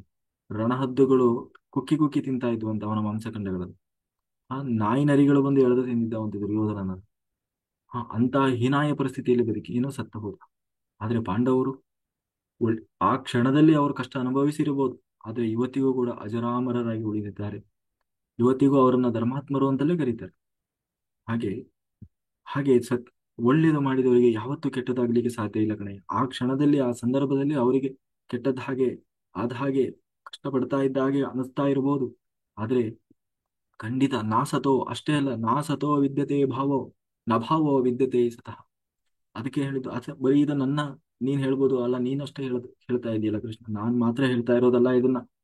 ಇಲ್ಲಿಯವರೆಗೆ ಬಂದಂತಹ ಋಷಿಮುನಿಗಳು, ಎಲ್ಲಾ ಜ್ಞಾನಿಗಳು ಅವರ ಅನುಭವದಿಂದ ಹೇಳ್ತಾ ಇರುವ ಮಾತು. ಹಾಗಾಗಿ ಆ ಯಾವ ಏನು ಒಳ್ಳೆಯದನ್ನು ಮಾಡಿದವರಿಗೆ ಯಾವತ್ತೂ ಇದಾಗಲ್ಲ ಅಂತ ಹೇಳಿ ಮುಂದೆ ಹೇಳ್ತಾನೆ. ಏನಂತಂದ್ರೆ, ಅವಿನಾಶೀತು ತತ್ ವಿದ್ಯೇಯನ್ ಸರ್ವಮಿದಂ ತತಂ ವಿನಾಶನ್ಯ ಯಸ್ಯಾಸ್ಯಾನ ಕಶ್ಚಿತ್ ಕರ್ತುಮರ್ಹತಿ. ಅಂದ್ರೆ ಭಗವಂತ ಯಾವತ್ತು ಅನಾದಿ ನಿತ್ಯನಾಗಿದೆ, ಅವನಿಗೆ ವಿನಾಶ ಅನ್ನುವುದಿಲ್ಲ. ಅದೇ ರೀತಿ ಅವನಿಗೆ ಸ್ವರೂಪ ನಾಶ ಅನ್ನೋದಿಲ್ಲ, ದೇಹ ನಾಶ ಅನ್ನೋದಿಲ್ಲ, ಅಥವಾ ದುಃಖ ಅನ್ನೋದಿಲ್ಲ, ಅಥವಾ ಅಪೂರ್ಣತ್ವ ಅಂದ್ರೆ ಅವನು ದೊಡ್ಡ ಸ್ಥಾನದಲ್ಲಿದ್ದ ಅಥವಾ ಒಂದು ಪರಿಪೂರ್ಣನಾಗಿದ್ದ, ಏನು ಇವಾಗ ಪದಚ್ಯುತಿ ಆಗಿಬಿಟ್ಟ, ಹಾಗೆಲ್ಲ ಇಲ್ಲ. ಅಚ್ಯುತ ಅವನು, ಯಾವತ್ತೂ ಚ್ಯುತಿ ಬರದವನು, ಆ ಸ್ಥಿತಿಯಲ್ಲಿರುವವನು. ಆ ಆತ ಕಾಲದಲ್ಲ, ಯಾವುದೇ ಕಾಲದಲ್ಲಿರ್ಬೋದು, ಯಾವುದೇ ದೇಶದಲ್ಲಿರ್ಬೋದು, ಯಾವುದೇ ಏನು ಗುಣದಿಂದ ಆಗಿರ್ಬೋದು, ಅವನು ವ್ಯಾಪ್ತನಾಗಿದ್ದಾನೆ. ಅನಂತ ಅನಂತ ಸ್ವರೂಪದಿಂದ ಅತ್ಯಂತ ಏನಂತೀವಿ, ಅನಾದಿ ನಿತ್ಯನಾಗಿ ಪರಿಪೂರ್ಣನಾದವನು. ಅದೇ ರೀತಿ ಇದೆ ಜೀವನು ಕೂಡ, ಅವನು ಪರಿಪೂರ್ಣನಾಗಿದ್ದಾನೆ. ಅಂತವಂತಂ ಅಂತವಂತ ಇಮೇ ದೇಹ ನಿತ್ಯಸ್ಯೋಕ್ತೋ ಶರೀರಿಣಃ ಅನಾಶೀನೋ ಪ್ರಮೇಯಸ್ಯ ತಸ್ಮಾತ್ ಯದ್ಯಸ್ವ ಭಾರತ. ಏ ಭಾರತ, ಅಂದ್ರೆ ಏ ಕುರುಕುಲದವನೇ, ಈ ಭೌತಿಕ ಶರೀರ ಅಥವಾ ನೀನೇನು ನೋಡ್ತಾ ಇದೆಯಲ್ಲ, ಇದು ಕೇವಲ ನಾಶವಾಗುವಂಥದ್ದು. ಇದನ್ನ ನೋಡಿ ನೀನು ಏನು ಡಿಸೈಡ್ ಮಾಡಕ್ ಹೋಗ್ಬೇಡ. ಕೇವಲ ಕಣ್ಣಿಗೆ ಕಾಣ್ತಾ ಇರುವಂತ ಈ ಸ್ಥೂಲ ಶರೀರ ಏನಿದೆ, ಇದು ನಾಶ ಆಗುವುದೇ ಹೊರತು ಇದು ಆತ್ಮ ಅಲ್ಲ. ಏಕೆಂದ್ರೆ ಜೀವ ಒಳಗಿರುವಂತಹ ಆತ್ಮ ಏನಿದ್ದಾನೆ, ಅವನು ಭಗವಂತನ ಪಡಿಯಚ್ಚು ಅಂದ್ರೆ ಪ್ರತಿಬಿಂಬ. ಈಗ ನಾವು ನಿಂತ್ಕೊಂಡ್ರೆ ನಮ್ಮ ನೆರಳು ಹೇಗಿರ್ತದೋ ಹಾಗೆ ಅದು ನನ್ನ ನೆರಳಿದ್ದ ಹಾಗೆ. ಪ್ರತಿಯೊಂದು ಜೀವವೂ ಕೂಡ ಅದು ಸರ್ವವ್ಯಾಪಿ ಭಗವಂತನ ಪ್ರತಿಬಿಂಬದ ಹಾಗೆ. ಆದ್ದರಿಂದ ಎಲ್ಲಾ ಕಡೆ ಇರುವಂತಹ ಭಗವಂತನ ಪ್ರತಿಬಿಂಬವಾದ ಈ ಜೀವ ಹೇಗೆ ಭಗವಂತ ಅನಾದಿ ನಿತ್ಯನೋ, ಹಾಗೆ ಜೀವನು ಕೂಡ ಅನಾದಿ ನಿತ್ಯನಾಗಿದ್ದಾನೆ, ಸಾಮ್ರಾಟನಾಗಬೇಕು. ಅದಕ್ಕೆ ಕೃಷ್ಣ ಹೇಳ್ದ, ಹಾಗಾಗಿ ನೀನೇನು ಯೋಚನೆ ಮಾಡಬೇಡ. ಸಾಮ್ರಾಟನಾಗಬೇಕು ಎನ್ನುವ ಸ್ವಾರ್ಥದಿಂದ ನೀನು ಯುದ್ಧ ಮಾಡಬೇಡ, ಅಥವಾ ದುರ್ಯೋಧನನ ಮೇಲಿನ ದ್ವೇಷದಿಂದ ಯುದ್ಧ ಮಾಡಬೇಡ. ಮತ್ತೆ ಅನ್ಯಾಯದ ವಿರುದ್ಧ ಹೋರಾಟ ಮಾಡ್ತಾ ಇದ್ದೇನೆ, ಅದು ನಾನು ಮಾಡುವ ಭಗವಂತನ ಪೂಜೆ ಅಂತ ಮಾಡು. ಯೂನಿವರ್ಸಲ್ ವರ್ಕ್, ಆ ಈ ಈ ಜಗತ್ತಿಗೆ ನಾನು ಕೊಡ್ತಾ ಇರುವ ಕೊಡುಗೆ ಅಂತ ಮಾಡು. ಯಾಕೆಂದ್ರೆ ನೀನೊಬ್ಬ ವೀರ ಯೋಧ, ಏನೋ ಮಹಾಪರಾಕ್ರಮಿಯಾದವನು, ಮಹಾರಥನಾದವಂತು. ನಿನ್ನ ಧರ್ಮ ಯಾವುದು? ಅನ್ಯಾಯದ ವಿರುದ್ಧ ಸೆಟೆತ ನಿಲ್ಲಬೇಕು, ಅದನ್ನ ಹೋರಾಟ ಮಾಡಬೇಕು, ಧರ್ಮವನ್ನ ನ್ಯಾಯವನ್ನ ಸಂಸ್ಥಾಪನೆ ಮಾಡಬೇಕು, ಧರ್ಮ ಸಂಸ್ಥಾಪನೆ ಮಾಡಬೇಕು. ಅದು ನಿನ್ನ ಪಾಲಿನ ಕರ್ತವ್ಯ ಧರ್ಮ. ಅದು ನೀನು ಮಾಡುವ ಭಗವಂತನ ಪೂಜೆ, ಅದನ್ನ ನೀನು ಮಾಡು. ನೀನು ಸಾಮ್ರಾಟನಾಗಬೇಕು ಅಂತ ಯಾಕೆ ಮಾಡ್ತಿ? ಈಗ ನೀನ್ ಹೇಳಿದೆಯಲ್ಲಪ್ಪ, ಇಷ್ಟೆಲ್ಲ ಮಾಡಿ ನಾವು ರಾಜ್ಯ ಪಡಿಬೇಕಾ, ಆ ಸಿಂಹಾಸನದಲ್ಲಿ ಕುತ್ಕೊಳ್ಬೇಕಾ, ಅದಕ್ಕಾಗಿ ಅಂತ ಯಾಕೆ ಮಾಡ್ತೀಯ? ಅಲ್ಲ, ದುರ್ಯೋಧನನ ಮೇಲೆ ದ್ವೇಷದಿಂದ ಮಾಡಿ ಅಲ್ಲ, ದುರ್ಯೋಧನನ ಮೇಲೆ ದ್ವೇಷ ಯಾಕೆ ಬೇಕು ನಿಮಗೆ? ಅವನು ತಪ್ಪು ಮಾಡಿದ್ದಾನೆ, ಶಿಕ್ಷೆ ಕೊಡ್ತಾ ಇದ್ವಿ ಅಂತ ಮಾಡು. ನನ್ನ ಪಾಲಿನ ಕರ್ತವ್ಯ ಧರ್ಮ. ಯಾರ್ಯಾರೋ ಬಂದು ಆ ಕೆಲಸ ಮಾಡಕ್ಕಾಗಲ್ಲಲ್ಲ, ಯಾರೋ ಒಬ್ಬ ಸಾಮಾನ್ಯದವನು ಬಂದು ಆ ಕೆಲಸ ಮಾಡ್ಲಿಕ್ಕೆ ಆಗೋಲ್ಲ. ಅದನ್ನು ನಿನ್ನಂತ ವೀರನಾದವರು ಮಾತ್ರ ಇಂತಹವರನ್ನು ಮಟ್ಟ ಹಾಕ್ಲಿಕ್ಕೆ ಸಾಧ್ಯ ಅಂತ ಹೇಳ್ತಾ ಇದ್ದಾರೆ. ಅದಕ್ಕೆ ಮತ್ತೆ ಹೇಳ್ತಾನೆ, ಯಾ ಯಾ ಏನಂ ವೇತ್ತಿ ಹಂತಾರಂ ಯಶ್ಚೈನಂ ಮನ್ಯತೆ ಹೃತಂ ಉಭೌ ತೌ ನ ವಿಜಾನಿತೋ ನಾಯಂ ಹಂತಿನ ಹನ್ಯತೆ. ಜೀವನನ್ನ ಕೊಲ್ಲಬಹುದು ಅಥವಾ ಕೊಲ್ತೇನೆ ಅಂತ ಏನಾದರೂ ನೀನು ಭಾವಿಸಿದ್ರೆ, ಅಥವಾ ಒಂದು ಜೀವ ಅನ್ನೋದು ಒಂದಿನ ನಾಶ ಆಗಿ ಹೋಗ್ತದೆ ಅಥವಾ ಅದು ಕೊಲ್ಲಲ್ಪಡ್ತದೆ ಅಂತ ಏನಾದರೂ ತಿಳ್ಕೊಂಡಿದ್ರೆ ಅದು ತಪ್ಪು. ಜೀವ ಯಾವತ್ತೂ ಕೊಲ್ಲಲ್ಪಡುವುದಿಲ್ಲ, ಕೊಲ್ಲಲು ಸಾಧ್ಯವೂ ಇಲ್ಲ. ಆತ್ಮವನ್ನ ಕೊಲ್ಲುವುದು ಸಾಧ್ಯವೇ ಇಲ್ಲ. ಆ? ಅಥವಾ ಒಂದು ವೇಳೆ ಅದು ಸತ್ತಿತು, ಜೀವ ಏನಂತೀವಿ ನಾವು, ಹೊರಗಡೆ ದೇಹ ಕಾಣ್ತದಲ್ಲ, ಅದು ನಾಶ ಆಯಿತು ಅಥವಾ ಸತ್ತೋದ ಅಂದ ಕೂಡಲೇ ನಾವು ಸಾಯ್ತು ಅಂತ ತಿಳ್ಕೊಂಡ್ರೆ ಅವನು ಜ್ಞಾನಿ, ಅವನಿಗೆ ಸರಿಯಾದ ಜ್ಞಾನ ಇಲ್ಲ ಅಂತ ಅರ್ಥ. ಅಥವಾ ಜೀವನಿಗೆ ದೇಹದ ಮೂಲಕ ಏನಂತೀವಿ, ಜೀವ ಬಿಡುವಂತಹ ಸ್ವಾತಂತ್ರ್ಯ ಕೂಡ ಇಲ್ಲ. ಅಂದ್ರೆ ಒಬ್ಬ ಜೀವ ಇದ್ದಾನಲ್ಲ ಒಳಗೆ, ಅವನು ಆ ತಾನಾಗೆ ತಾನು ಜೀವ ಬಿಡ್ಲಿಕ್ಕೆ ಅವನಿಗೆ ಸ್ವಾತಂತ್ರ್ಯ ಇಲ್ಲ. ಮತ್ತೆ ಏನ್ ಮಾಡ್ಬೇಕು? ಮತ್ತೆ ಅದನ್ನು ಯಾರು ನಿಗ್ರಹ ಮಾಡ್ತಾರೆ ಅಂತಂದ್ರೆ, ಅದಕ್ಕೆ ಕೃಷ್ಣ ಹೇಳ್ತಾನೆ, ಅದು ನನ್ನ ಇಚ್ಛೆ. ಒಂದು ದೇಹದಲ್ಲಿರುವಂತ ಒಬ್ಬ ಜೀವ ಆ ದೇಹವನ್ನು ಬಿಡಬೇಕು ಅಂದ್ರೆ ನನ್ನ ಸಂಕಲ್ಪ ಇಲ್ಲದೆ ಯಾರು ಸಾಯ್ಲಿಕ್ಕೆ ಸಾಧ್ಯ ಇಲ್ಲ. ಅಂದ್ರೆ ಇಲ್ಲಿ ಏನು ಹೇಳಿ ಹೊರಟಿದ್ದಾನೆ ಅಂತಂದ್ರೆ, ಕೌರವರು ನನ್ನ ಕೈಯಿಂದ ಸಾಯ್ತಾ ಇದ್ದಾರೆ ಎನ್ನುವುದು ಕೇವಲ ನಿನ್ನ ಭ್ರಮೆ. ಮತ್ತೆ ಸೃಷ್ಟಿ ಸಂಹಾರ ಕರ್ತನಾದಂತಹ ಭಗವಂತ ಅಂದ್ರೆ ನಾನು, ನನ್ನ ಇಚ್ಛೆ ಇಲ್ಲದೆ ಯಾವುದೂ ನಡೆಯೋದಿಲ್ಲ ಕಣಯ್ಯ. ನನ್ನ ಇಚ್ಛೆ ಏನಿದೆಯೋ ಅದೇ ನಡೆಯೋದು. ಅದಕ್ಕೆ ವಿರುದ್ಧವಾಗಿ ಏನೂ ಮಾಡ್ಲಿಕ್ಕೆ ಸಾಧ್ಯ ಇಲ್ಲ. ಆದ್ರೆ ನೀನ್ ಹೇಳ್ತಾ ಇದೆಯಲ್ಲ, ಇವರೆಲ್ಲ ನಾನು ಇವ್ರನ್ನೆಲ್ಲ ಸಾಯಿಸಿ ಬಿಡ್ತೇನೆ, ಇವರೆಲ್ಲ ನನ್ನಿಂದ ಹತರಾಗಿ ಬಿಡ್ತಾರೆ ಆ ಅಂತ ಹೇಳಿ. ಅಲ್ಲ, ನೀನೇನಯ್ಯ ಸಾಯಿಸೋದು? ನಾನು ಸಂಕಲ್ಪ ಮಾಡ್ಲಿಲ್ಲ, ನಾನು ಇಚ್ಛೆ ಮಾಡ್ಲಿಲ್ಲ ಅಂತಂದ್ರೆ ಯಾರನ್ನೂ ಸಾಯಿಸ್ಲಿಕ್ಕೆ ಸಾಧ್ಯ ಇಲ್ಲ. ನಾನು ಇಚ್ಛೆ ಮಾಡಿದ್ರೆ ಮಾತ್ರ ಸಾಯುದು, ಅಷ್ಟೇ ಅಲ್ಲ ನೀನೇನು ಇವರನ್ನ ಕೊಲ್ಲೋದು. ನಾನು ಈಗಾಗ್ಲೇ ಅವ್ರ ಜೀವನ ಎಳೆದಾಗಿದೆ, ಆಲ್ರೆಡಿ ಅವರನ್ನು ನಾನು ಕೊಂದಾಗಿದೆ. ನೀನಿಲ್ಲಿ ಕೇವಲ ಒಂದು ನೆಪ ಅಷ್ಟೇ, ಒಂದು ಮಾಧ್ಯಮ ಅಷ್ಟೇ. ಹಾಗಾಗಿ ನಾನೇನ್ ಹೇಳ್ತಾ ಇದ್ದೀನಿ ಅಂದ್ರೆ, ನಿನ್ನ ಪಾಲಿನ ಕರ್ತವ್ಯವನ್ನು ನೀನು ಮಾಡು ಅಷ್ಟೇ. ನೀನು ಸಾಯಿಸ್ತೀನಿ ಅಂತ ತಿಳ್ಕೊಳ್ಬೇಡ, ಆಲ್ರೆಡಿ ನಾನು ಅವ್ರನ್ನೆಲ್ಲ ಸಾಯಿಸಿ ಆಗಿದೆ. ಹ್ಮ್ ಅಂತ ಹೇಳಿ ಅದಕ್ಕೆ ಹೇಳ್ತಾನೆ ಮುಂದೆ. ನೋಡು, ಈ ಜೀವ ಎಂದು ಹುಟ್ಟೋದೂ ಇಲ್ಲ, ಎಂದು ಯಾವತ್ತೋ ಒಂದು ದಿನ ಸಾಯೋದೂ ಇಲ್ಲ. ಹೇಗೆ ಭಗವಂತ ಅನ್ನೋವನು ಅರಿವಿನಿಂದ ಆ ಏನಂತೀವಿ ಅನಾದಿ ಕಾಲದಿಂದ ಇದ್ದಾನೋ, ಹಾಗೆ ಹುಟ್ಟಿರದ ಸಾವಿರದ ಮಾರ್ಪಡದ ಭಗವಂತನ ಪಡಿಯಚ್ಚಾದ ಈ ಜೀವ ಯಾವತ್ತೋ ಒಂದು ದಿನ ಹುಟ್ಟೋದೂ ಇಲ್ಲ, ಯಾವತ್ತೋ ಒಂದು ದಿನ ಸಾಯೋದೂ ಇಲ್ಲ. ದೇಹಕ್ಕೆ ಮಾತ್ರ ಒಂದು ದಿನ ಹುಟ್ಟುತ್ತದೆ, ಒಂದು ದಿನ ಸಾಯ್ತದೆ. ಆಯ್ತಾ? ಹಾಗಾಗಿ ನೀನೇನು ಅದ್ರ ಬಗ್ಗೆ ಯೋಚನೆ ಮಾಡಬೇಡ ಕಣಯ್ಯ. ಹ್ಮ್ ಹಾಗಾಗಿ ಈ ಏನಂತೀವಿ, ವೇದ ವಿನಾಶಿ ನಮ್ ನಿತ್ಯಂ ಯಾ ಏನ ಮಜಮವ್ಯಯಂ ಕಥಂ ಸ ಪುರುಷಃ ಪಾರ್ಥ ಕಂ ಗಾತ ಘಾತಯತಿ ಹಂತಿಕಂ. ದೋಷ ಸಂಬಂಧವೇ ಇಲ್ಲದಂತಹ ನಿತ್ಯವಾದ ಎಂದೂ ಬದಲಾಗದ ಜೀವ ಸ್ವರೂಪವನ್ನ ಯಾರು ತಿಳಿಯುತ್ತಾರೋ, ಅಥವಾ ಅಂತಹ ಮಾನವ ಯಾರನ್ನ ಕೊಲ್ಲುವುದು ಅಥವಾ ಕೊಲ್ಲಿಸುವುದು ಹೇಗೆ ಸಾಧ್ಯ ಆಗ್ತದೆ ಅಂತಂದ್ರೆ, ಸ್ವರೂಪತಃ ಜೀವನಿಗೆ ನಾಶ ಇದೆ ಎಂದು ತಿಳಿದಾಗ, ಸ್ಥೂಲ ಪ್ರಪಂಚದಲ್ಲಿ ಹುಟ್ಟು ಸಾವು ಭಗವಂತನ ಇಚ್ಛೆಯ ಹಾಗೆ ನಡೀತಾ ಇದೆ ಅಂದಮೇಲೆ ಯಾರನ್ನ ಕೊಲ್ಲಿಕ್ಕೆ ಸಾಧ್ಯ ಇದೆ ಹೇಳು? ನೀನ್ ಅನ್ಕೊಂತಾ ಇದೆಯಲ್ಲಪ್ಪ, ನಾನು ಅವರನ್ನು ಸಾಯಿಸ್ಬಿಡ್ತೀನಿ, ಇವರನ್ನ ಸಾಯಿಸ್ಬಿಡ್ತೀನಿ ಅಂತ ಹೇಳಿ. ಇಲ್ಲಿ ಕೇವಲ ನೀನು ನೆಪ ಮಾತ್ರ, ನೀನ್ ಮಾತ್ರ ಅಂತಲ್ಲ. ಇವತ್ತು ಯಾರಾದ್ರೂ ಯಾರನ್ನಾದ್ರೂ ಸಾಯಿಸಿದ್ರು ಅಂತಂದ್ರೆ ಅದು ಅವರಿಂದ ಅವರು ಸಾಯಿಸಿದ್ದಲ್ಲ ಅದು. ಮತ್ತೆ ಅವರಿಂದ ಅವನು ಸಾಯಬೇಕು ಅನ್ನೋದು ಭಗವಂತ ಸಂಕಲ್ಪ ಮಾಡಿದ, ಹಾಗಾಗಿ ಅವನು ಸತ್ತ. ಅಲ್ಲ, ಅವನಿಂದ ಅವನು ಸಾಯ್ಬೇಕು ಅಂತ ಯಾಕೆ ನಿರ್ಧಾರ ಮಾಡಿದ ಅಂತಂದ್ರೆ, ಹಿಂದಿನ ಜನ್ಮದಲ್ಲಿ ಅವನು ಯಾರನ್ನ ಸಾಯಿಸಿದ, ಅದರ ಕರ್ಮ ತೀರಿಸ್ಬೇಕಲ್ಲ. ಹಾಗಾಗಿ ಕರ್ಮಫಲ ಅನ್ನೋದು ಕೊಡ್ತಾ ಇದೆ ಅಲ್ಲಿ. ಹಾಗಾಗಿ ಅವನನ್ನ ಯಾವ್ದೋ ಇವನ ಮೂಲಕ ಅವನನ್ನ ಸಾಯಿಸಿದ. ಇಲ್ಲ ಅಂದ್ರೆ ನೀವು ಯೋಚನೆ ಮಾಡಿ, ಎಲ್ಲರೂ ಎಲ್ಲವನ್ನೂ ಸಾಯಿಸ್ಲಿಕ್ಕೆ ಸಾಧ್ಯ ಇದೆಯಾ? ಎಲ್ಲರೂ ಎಲ್ಲವನ್ನೂ ಮಾಡಿಬಿಡ್ಬೋದ? ಉದಾಹರಣೆಗೆ ನಾವೇ ಈಗ ಎಲ್ಲ ಕೆಲಸ ಮಾಡ್ತೀವಲ್ಲ, ಹೋಗಿ ಒಬ್ಬ ವ್ಯಕ್ತಿಯನ್ನ ನಾವು ಕೊಲ್ಲಿ ಅಂತ ಹೇಳಿದ ತಕ್ಷಣ ಕೊಲ್ಲಕ್ ಸಾಧ್ಯ ಆಗ್ತದ ನಮಗೆ? ಅಂದ್ರೆ ಒಬ್ಬ ವ್ಯಕ್ತಿ ತಾನು ಏನೋ ಅದು ಕೈಯಲ್ಲಿ ಚಾಕು ಹಿಡ್ಕೊಂಡು ಏನೋ ಹೋಗಿ ಇನ್ನೊಬ್ಬ ವ್ಯಕ್ತಿಯನ್ನ ಇರಿದು ಚುಚ್ಚಿ ಸಾಯಿಸ್ತಾನೆ ಅಂತಂದ್ರೆ, ಬರೀ ನಾವು ಅದನ್ನ ಕೇಳಿದ್ರೇನೆ ನಮ್ಮ ಕೈಕಾಲು ನಡಿಲಿಕ್ಕೆ ಶುರುವಾಗ್ತದೆ. ಅಂಥದ್ರಲ್ಲಿ ಒಬ್ಬ ವ್ಯಕ್ತಿ ಮಾಡ್ತಾನೆ ಅದನ್ನ ಅಂತಂದ್ರೆ, ಅವನಲ್ಲಿ ದೇವರು ಆ ರೀತಿ ಆಕ್ರೋಶ ಆವೇಶವನ್ನ ಒಳಗೆ ನಿಂತು ಮಾಡಿಸಿದ್ರೆ ಮಾತ್ರ ಅವನಿಗೆ ಮಾಡ್ಲಿಕ್ಕೆ ಸಾಧ್ಯ ಆಗ್ತದೆ. ಇಲ್ಲ ಅಂತಂದ್ರೆ ಯಾರಿಗೂ ಸಾಧ್ಯ ಇಲ್ಲ. ಉದಾಹರಣೆಗೆ ನೋಡ್ರಿ, ಎಲ್ಲೋ ಬೈಕಲ್ಲಿ ಹೋಗ್ತಾ ಇರ್ತಾನೆ, ಸುಮ್ಮನೆ ಹಂಗೆ ಸ್ಕಿಡ್ ಆಗಿ ಬಿದ್ದು ಬಿಡ್ತಾನೆ. ಹೆಲ್ಮೆಟು ಇರ್ತದೆ ತಲೆಯಲ್ಲಿ, ಹೆಲ್ಮೆಟು ಇರ್ತದೆ, ಸ್ವಲ್ಪ ಸ್ಕಿಡ್ ಆಗಿ ಬೀಳ್ತಾನೆ, ಹಾಸ್ಪಿಟ್ಲಿಗೆ ಹೋಗೋದ್ರೊಳಗನೆ ಸ್ಪಾಟೆಡ್ ಇತ್ತು, ಅಥವಾ ಅಲ್ಲೇ ಸತ್ತೋಗಿರ್ತಾನೆ. ಕೆಲವ್ರು ಏನು ಕೈ ಕಾಲು ಮೂಗು ಏನಿರಲ್ಲ, ಎಲ್ಲ ಚಪ್ಪಾಗಿ ಹೋಗಿರ್ತದೆ, ಆದ್ರೂ ಅವ್ರು ಇನ್ನೂ ICU ಅಲ್ಲಿ ಇರ್ತಾರೆ. ಎಷ್ಟೋ ದಿನ ಆದ್ಮೇಲೆ ನಿಧಾನವಾಗಿ ಚೇತರಿಸ್ಕೊಂಡು ಬರ್ತಾರೆ. ಅಂದ್ರೆ ಆ ಭಗವಂತ ದೇವರು ಬದುಕಿಸ್ಬೇಕು ಅಂತ ನಿರ್ಧಾರ ಮಾಡಿದ್ರೆ ಅವ್ರು ಎಂತಹ ಸ್ಥಿತಿಯಲ್ಲಿದ್ರು ಪುನಃ ಬದುಕಿ ಬರ್ತಾರೆ. ಆ, ಒಂದ್ ವೇಳೆ ದೇವರು ಇಚ್ಛೆ ಮಾಡಿದ, ಸಾಕು ಇವೊಂದು ಮುಗೀತು, ಇವೊಂದು ಕರ್ಮ ಮುಗೀತು, ಇವನ ಕೆಲಸ ಮುಗೀತಿಲ್ಲಿ ಅಂತ ಯೋಚನೆ ಮಾಡಿದ್ರೆ ಒಂದು ಸಣ್ಣ ನೆಪ ಸಾಕು ಅಷ್ಟೇ. ಒಂದು ಸಣ್ಣ ನೆಪ ಇದಕ್ಕಿದ್ದಾಗ ನಾವ್ ಹೇಳ್ತೀವಲ್ಲ, ನಿನ್ನೆ ಇದ್ದ ಮಾರಯ್ಯ, ಇವತ್ತು ಬೆಳಿಗ್ಗೆ ಮಾತಾಡ್ಸ್ಕೊಂಡು ಹೋಗಿದ್ದೀನಿ, ಮಧ್ಯಾಹ್ನ ಬರೋದ್ರೊಳಗೆ ಇಲ್ಲ, ಸಂಜೆ ಒಳಗೆ ನೋಡೋದ್ರೊಳಗೆ ಹಿಂಗಾಗಿದೆ ಅಂತ ಇವತ್ತು ಎಷ್ಟೋ ನ್ಯೂಸ್ಗಳನ್ನು ಕೇಳ್ತೀವಿ. ಹಾಗೆ ಇಷ್ಟೊತ್ತಿಗೆ ಇದ್ದವನು ಇನ್ನೊಂದು ಸ್ವಲ್ಪ ಹೊತ್ತು ಇರೋಲ್ಲ ಕಣಯ್ಯ. ವಾಸಾಂಸಿ ಜೀರ್ಣಾನಿ ಯಥಾ ವಿಹಾಯ ನವಾನಿ ಗೃಣಾನಿ ನರೋಪರಾಣಿ ತಥಾ ಶರೀರಾಣಿ ವಿಹಾಯ ಜೀರ್ಣಾನ್ಯಾನಿ ಸಂಯಾತಿ ನವಾನಿ ದೇಹಿ. ನಾವು ಒಂದು ಬಟ್ಟೆಯನ್ನ ಹಾಕೊಂತೀವಿ ಅಲ್ವಾ? ನಾವು ಒಂದು ಬಟ್ಟೆ ಹಾಕೊಂಡು ಅದು ಹಳದಾದ್ಮೇಲೆ ಅಥವಾ ಆ ಬಟ್ಟೆಯನ್ನು ತೆಗೆದು ಹೇಗೆ ಬಿಸಾಕಿ ಹೊಸ ಬಟ್ಟೆಯನ್ನು ಹಾಕೊಳ್ತೀವೋ, ಈ ಜೀವನ ಕೂಡ ಹಾಗೆ ಒಂದು ದೇಹವನ್ನು ಇವತ್ತು ಧರಿಸಿದ್ದಾನೆ, ದೇಹವನ್ನು ಬಿಡ್ತಾನೆ, ಇನ್ನೊಂದು ಹೊಸ ದೇಹವನ್ನು ಬಿಡ್ತಾನೆ. ಈಗ ನಾವು ಒಂದು ಹಳೆ ಬಟ್ಟೆ ಹರಿದು ಹೋಯ್ತು, ಅಥವಾ ಅದು ವೇಸ್ಟ್, ಅಥವಾ ಅದು ಏನು ಬಳಕೆಗೆ ಸರಿ ಬರ್ತಾ ಇಲ್ಲ ಅಂದಾಗ ಏನ್ ಮಾಡ್ತೀವಿ? ಆ ಬಟ್ಟೆಯನ್ನು ಬಿಸಾಕ್ತೀವಿ, ಹೊಸ ಬಟ್ಟೆ ಹಾಕೊಂತೀವಿ. ನಾವು ಅದ್ಕೊಂತ ಕೂರ್ತೀವಿ, ಅಯ್ಯೋ ನನ್ನ ಹಳೆ ಬಟ್ಟೆ ಬಿಸಾಕ್ಬಿಟ್ಟೆ, ಹೊಸ ಬಟ್ಟೆ ಹಾಕೊಂಡ್ಬಿಟ್ಟೆ ಅಂತ ಅಳ್ತೀವಿ? ಇಲ್ಲ, ಹೊಸ ಬಟ್ಟೆ ಬಂತು ಅಂತ ಖುಷಿ ಪಡ್ತೀವಿ ಅಲ್ವಾ? ಹೊಸ ಬಟ್ಟೆ ನೋಡು ಎಷ್ಟು ಚೆನ್ನಾಗಿ ಕಾಣ್ತಾ ಇದೆ ನಾನು.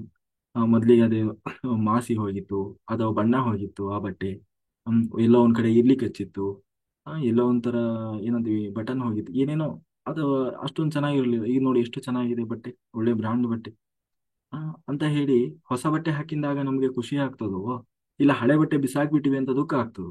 ಹಾಗೆ ಬಟ್ಟೆಯನ್ನ ಕಳಿಸಿ ಹೇಗೆ ಬಟ್ಟೆಯನ್ನು ಹಾಕ್ತಿವೋ, ಅಷ್ಟೇ ಸುಲಭವಾಗಿ ಜೀವ ಅನ್ನೋನು ಒಂದು ದೇಹವನ್ನ ಬಿಡ್ತಾನೆ, ಇನ್ನೊಂದು ದೇಹವನ್ನು ಪಡಿತಾನೆ.